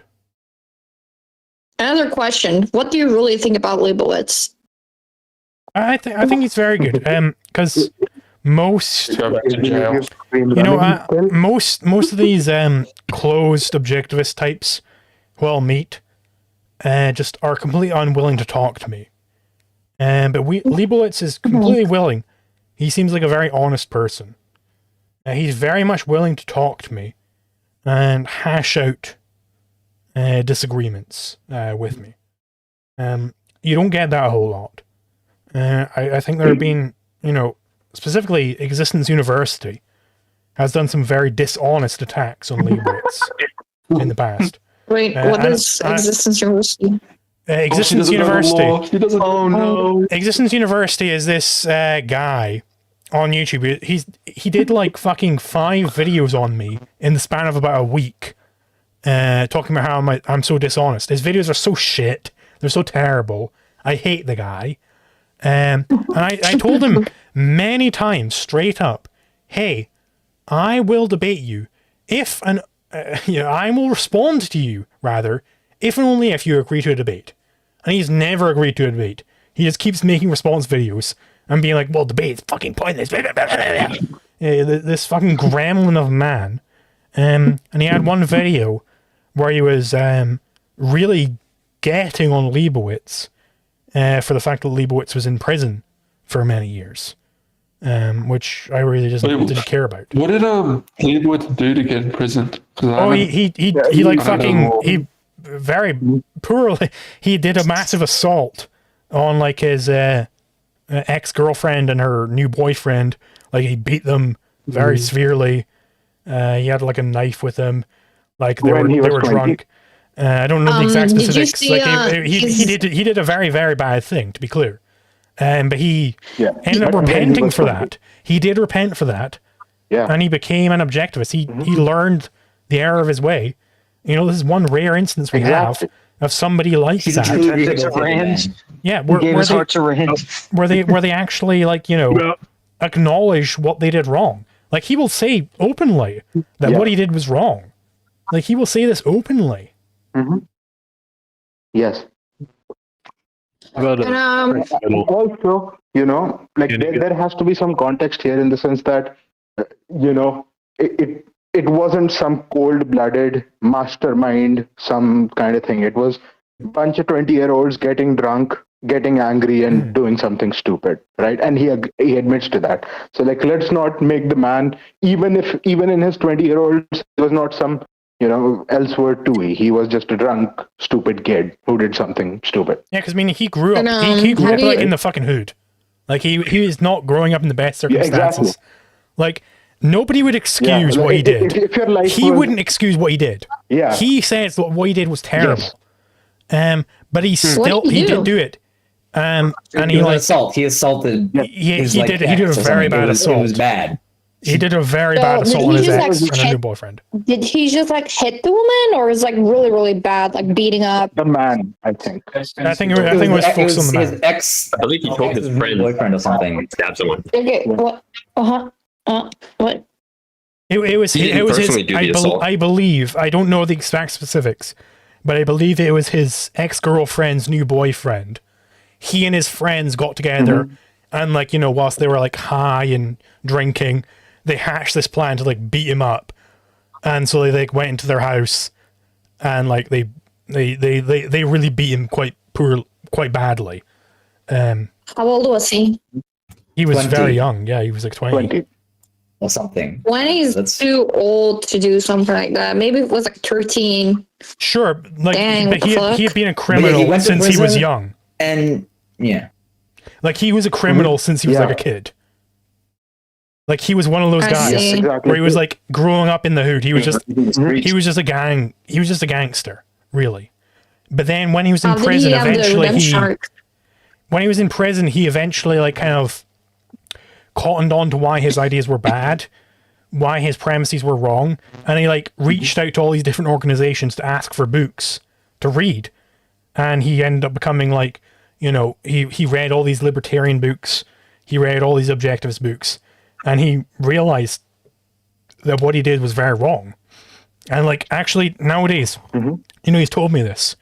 Nowadays, the girlfriend that like he did this to, the ex-girlfriend, she's like forgiven him. So it's like, if she's fucking forgiven him, who the fuck am I to come in there? Who the fuck is Existence University to come in there to be like, well, fucking 25 years ago, 27 years ago, he did that. It's like, okay, well, yeah, no, people can change. It takes proving that you've changed. It does take that step. Prove that you've changed, prove that you've improved. But I think he did do that step. Mm-hmm. But I how does agree. he find a job with that criminal record? How does he like sustain himself? I don't know. You Well, gotta ask him. Who knows? Basically, from what we do know, like he's running Rational Egoist, he's running Capitalist Corner, and I think Self-employed. a former. Yes, and no, and on top of that as well, he has a day job with you, and you would not believe it who he has a day job with. He has a day job with one of the people who used to be a cop who used to arrest him back in the day. What? That's I did not hilarious. hear. I did not hear what. He's employed at either like at a company where or somewhere with like a former police officer who used to arrest him some time ago, but now No they're way. working at the same company or something. That's No funny. way. That's crazy. I think recently, like his boss, the police officer guy, the ex-police officer, he's running for something or the other in the local race. So he did an interview with him, and they're talking about how back in the day, like little Michael Liebowitz used to run around making trouble, and like how this cop used to- Little Michael Liebowitz running around stealing wallets and beating people up. The cop is admitting that now the Michael Liebowitz of now is like the best he knows, right? So like Rehabilitated, truly. That's a rare thing to see. Like, because I think the way it's described, like when he went to prison, he must have just sat down and thought, like, okay, clearly whatever I'm doing is not working for me. This is like a bad situation. Like this is like it's fuck. I'm trying to remember. Like, it's the same kind of thing that you see in like in writings about like ancient Stoics or something. Like they like fuck, what's his name? Zeno, like the first Stoic, he gets like washed up on a beach because his fucking ship gets annihilated, and he doesn't like go and pity himself. He just sits down and is like, okay, clearly something, I need to think about what just went wrong. Like, what did I do to get in this situation? Right? Like, that's the mark of someone who's actually able to like change their mind. Like when some horrible circumstance comes, especially by the force of their own actions, they don't like blame the universe. They don't like pity themselves. They like sit down like, wait, clearly I'm doing something wrong. I need to re-examine my premises and think about where I am and what I'm doing. And Michael Liebowitz is clearly one of these people who, like, he sits down and it's like, I need to start thinking about what I'm doing that gets me into this horrible situation. And here we have Michael Liebowitz, the rehabilitated man. And also, like, look at it this way, in the sense that, like, if you are in for a 25-year sentence, like, the best, like, he did the best thing he could do in that 25-year sentence is that, I'll read every book that has ever written this topic. You gotta give it to the man in the sense that, like, that is the best use of a 25-year sentence. It's like, build yourself to, be such a radically different person that when you do get out, you're like amazing. Have you guys seen his debate with Andrew Wilson? Michael Liebowitz? Yeah, he did pretty bad, sadly. Well, Michael Liebowitz did explain his primacy, but Wilson kept asking, like, can I fuck my sister? Morally. No, he said, can you fuck roadkill? And then I'm sorry. Fuck his dead grandma, too. Yeah, he asked, can you fuck a roadkill? Can you fuck grandma? And then Liebowitz was like, well, I don't... He's like... So Liebowitz's answer would make very sense. He's like, I don't know the exact answer to that. I have to think about it. These are my principles, and I have to think how would they apply to this circumstance, but doesn't like change the principles. But it's like Wilson kept pushing it so hard. Debate position. Like Wilson, that's the correct answer. The correct answer is like, here are my principles. I don't know how it would apply to this very specific niche question you're asking. It's that is a correct answer, but like from the rhetorical perspective, there's a different way of answering that is rhetorically stronger than like I don't know, these are my principles. You can say it's ostensibly wrong based on these principles, right? Like I can just tell, like this pretty much is pretty obvious. This violates the principle of life, And then he has to get into the weeds because then Andrew Wilson has to say like, wait, why does this violate the principle of life? And now suddenly he's on your territory because now you can talk about that. Yeah, because you can basically go down the route of like, well, what is sex for? Well, it's for kind of underscoring the importance of the marriage of values between you and another person, right? That is the kind of what love is. It is identifying positive values in another person. And sex is supposed to underscore that. So you could say, well, I mean, that doesn't exist with roadkill or with a dead person or anything like that. So it's just whim worship at that point. Or cousin or grandma. Well, I don't question. Understand why not just like straight up stop all the reductios and say a reductio doesn't just prove my position, prove egoism is false. Yeah, I will just say that because I agree with you, Zulu. But like when you say cousin or sister or grandmother, like I still think it's more to have your sister or grandmother before anyone quotes me on that. But it gets blurrier than a roadkill about like identifying what romantic love is and why it doesn't apply to like if it's your cousin or your sister or grandmother, right? Well, yeah, I mean, I'm not saying a reductio does disprove the position. Like, I mean, I'm Liquid Zulu. I mean, isn't it bad? I'm fine with fucking the Martians, nuking the entire Earth. I'm Liquid. The Martians can fuck me and nuke the entire Earth. I don't give a shit. Zulu. I'm the last person to be pulling this on. Like, I'm fine with that, all that shit. Oh, no. But I'm just saying that's one tactic you could go down. Have we amended the candy bar Martian scenario to be, instead of the Martians blow up the Earth, the Martians rape you unless you steal a candy bar? Problem is like, I don't think someone can be good fate. I don't think someone can be good fate if they're just looking for like this gotcha moments by asking these incredibly inappropriate questions that can potentially be taken out of context. Like, I don't think Andrew Wilson, I think Andrew Wilson does this on purpose. Yeah, of course he does it. Or it could be projected, right? Like make it known to him and the audience that running reductios all day doesn't do anything. Like you should just call them out right on the spot. I mean, the point is you should explicitly say that, right? It's like that is the problem with, for instance, Dave Smith in his debate with Andrew Wilson. Is Dave Smith never said anything like that? Like, if you explicitly say that, if you explicitly say, well, I don't think these reductios are proper, for instance, then okay, well, then you can debate that. But you have to say that. If you don't say that, then it's perfectly legitimate debate tactic for Andrew Wilson to come in there and give reductios. That's perfectly legitimate. That's what debate is. Like, get over it, sunshine. Like, fucking grow up. Like, that's what debate is. Like, don't you think Andrew Wilson is going for, like, would you want to fuck your grandmother? So people, if he says, when someone explains it, he can take screenshot videos of it out of context and they can repost on YouTube. No, he's Christian against degenerate guys who thinks we should fuck our grandmother. I don't think that's what he's going for. I don't know if Andrew Wilson is going for that, but I know for at least that is a good tactic to go for, specifically trying to get the opponent to squirm, because squirming, what does that do? It reveals they're not exactly sure about something. It reveals something about their position, which you can then push in more. And it's entirely proper for him to keep pushing on that position his opponent isn't sure on. That's entirely proper for him to do.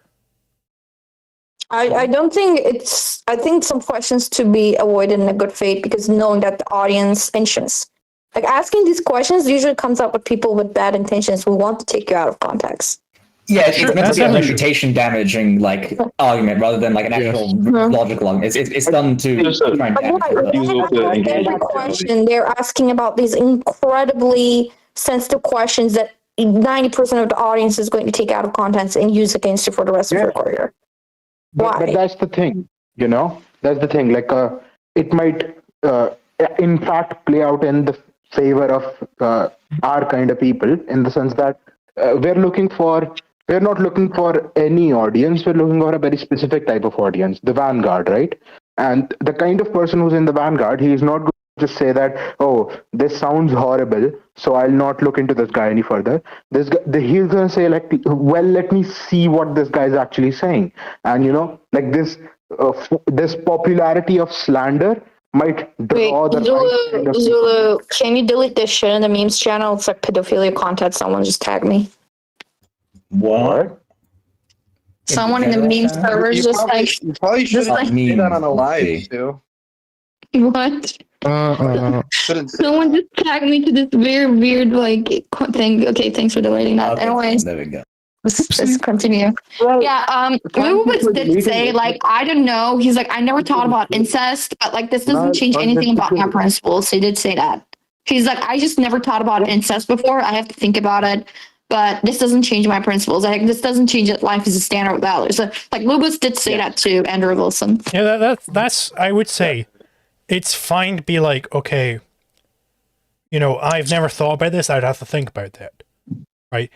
That is fine. Yeah, but I would say it's also fine if the opponent then came in and kind of pressed on it. It's like, okay, well, I mean, I know you haven't thought about that before. But doesn't this show like kind of a problem with your viewpoint that you, because they could elucidate why they think that the opponent's viewpoint couldn't answer that question without some sort of problem.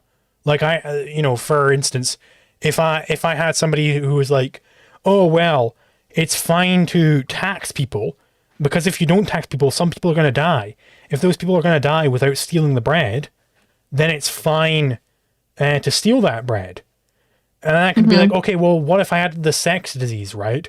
The classic sex disease, which, by the way, it was Michael Moreno came up with this. It wasn't me who came up with this. Michael Moreno, who did die. Rest in peace, Michael Moreno. Rest in peace. If somebody came to me with that and I gave the sex disease, in 1 week I will die if I don't have sex with a woman, and no one wants to have sex with me, and someone was like, well, I never really thought about that before, I would need to think about it, it would be legitimate for me to go like, okay, well, I mean, doesn't that say something? The fact that you need to think about this, right? You are so ready to jump on the example of, well, you're going to die without food, and then therefore you can steal food, doesn't it speak to something that you haven't really thought out your position fully, that when I change it from food to sex, that now it's something different? Like, consent is universal. I see your point. I think there are two difference here. That is like a very core question about principles of objectivism and ethics and politics. Like, it's just let me finish just for a second, please. The difference in here is like, it's not something that directly challenges and asks about the main principles or the main tenets, right? They're like, is it moral for me to fuck my sister? The instinctive response is like, yes, it's immoral. But for someone who has never thought about it, okay, this is a moral question. It's not a legal question. And I believe in objective morality. But someone can be an objectivist and not be that knowledgeable about romance. And this doesn't mean they cannot continue defending the NAP or that life is the standard of value. And the reason why that is that the question doesn't directly attack that.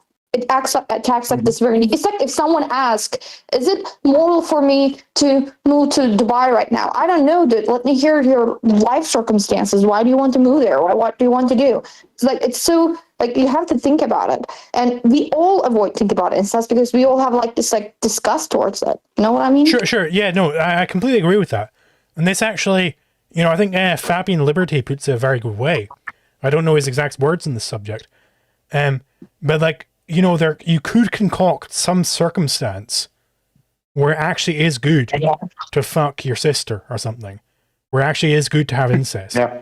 Like if you are adept enough, you could construct such a circumstance. But like the point is that generally it isn't good. In general, it's not going to be good. But yeah, you could come up with some sort of circumstance where, maybe like you have a very specific. What if we're like 10,000-year-old immortal robots that are like barely even human in form anymore, and like we don't really even have like a genetic relation anymore, and like at that point, like are we even really like brother and sister anymore? Because like we've transcended human form. Yeah, like and so like is it still incest? Like you could concoct any kind of scenario that way, but like at that point, outside the general case that we're discussing of like human siblings fucking each other, which is like ostensibly bad. Yeah, because, eventually you step outside of the. Outside of the scenario. Like, there's a great example of this in the show Dexter. By the way, anybody who doesn't want spoilers for Dexter, leave right now. I don't know. But in Dexter, there's this brother and sister, Dexter and Deborah Morgan. They're not really brother and sister, but they are like, Dexter was adopted into the family. Right. And Deborah Morgan ends up having feelings for Dexter Morgan.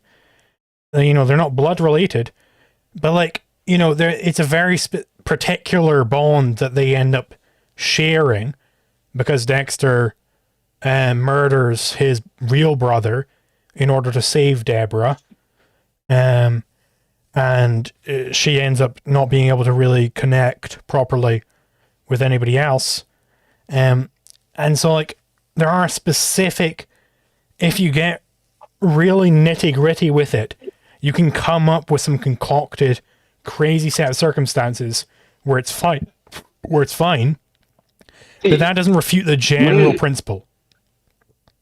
Hold up. Wouldn't like what counts as morals is about like what sustains or integrates with your life as a whole. So like if you value that, like. How would it be? You said you have a history of philosophy project in the works. Why is he just yapping over somebody? Hello? Mm-hmm. Can you hear me? Yeah, I'm talking. Someone's talking. Yeah, we can hear you, but someone else is talking. talking. Supreme Liberator Alex, you talk. Liberator, go on. I was talking. If somebody values something and they integrate, their life into as a whole, it's not a sacrifice. Then how can we say it's irrational or evasive? Well, so if they properly integrate it, if they properly integrate it, right, then it's not a sacrifice. But if they improperly integrating it, yeah, right. So if like let's say they did not want to fuck their sister, but they did anyway, that'd be a sacrifice, obviously. Yeah. But if they valued, effing their sister. Yeah, so like if they were like but they've got a rational value to hold. That's the question. Right. Yeah. Like I might value walking under a bus, but that's not rational to value. Yeah. If they were like some medieval prince, and like they wanted to you know, they were, sorry, my phone is going off because it's midnight. And, you know, if they were some medieval prince and, you know, they were told by everybody, you got to fuck your cousin over here. But they really must didn't preserve your bloodline. Yeah, to preserve the bloodline, it's political marriage there. And they really didn't want to fuck their cousin. Then, yeah, it would be like kind of whim worship or something like that. Yeah, sacrifice. If it would be sacrifice, that exactly. If they did fuck their cousin instead of like, you know, the handmaiden or whatever that they really wanted to have as their wife. Yeah. My strategy is for when people bring up like, oh, is it immoral to like do stuff like that? I just don't care. I don't answer because I'm focused on what my values are. And as long as they're not sacrificing, you know, why should I care? You know, that's the thing is it necessarily on principle a sacrifice? That's the real question. And is it just? Maybe.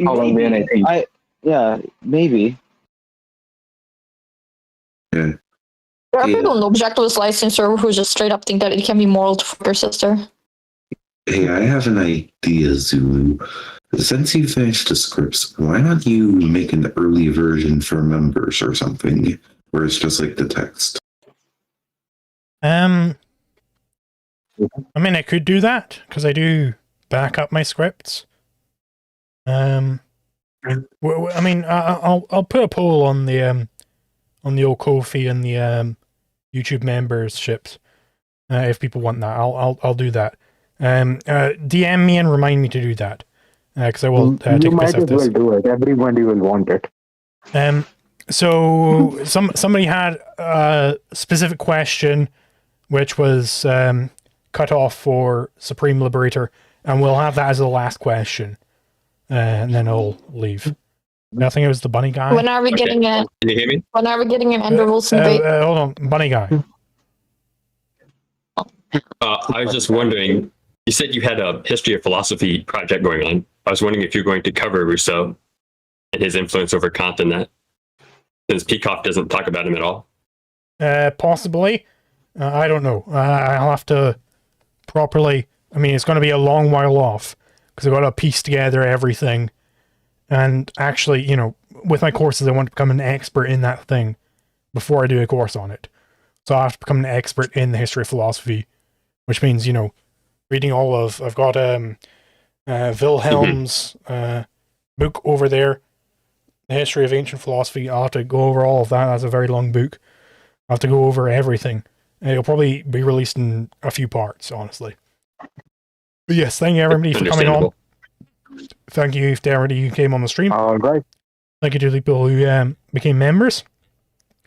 And I'll see you guys the next time. See ya.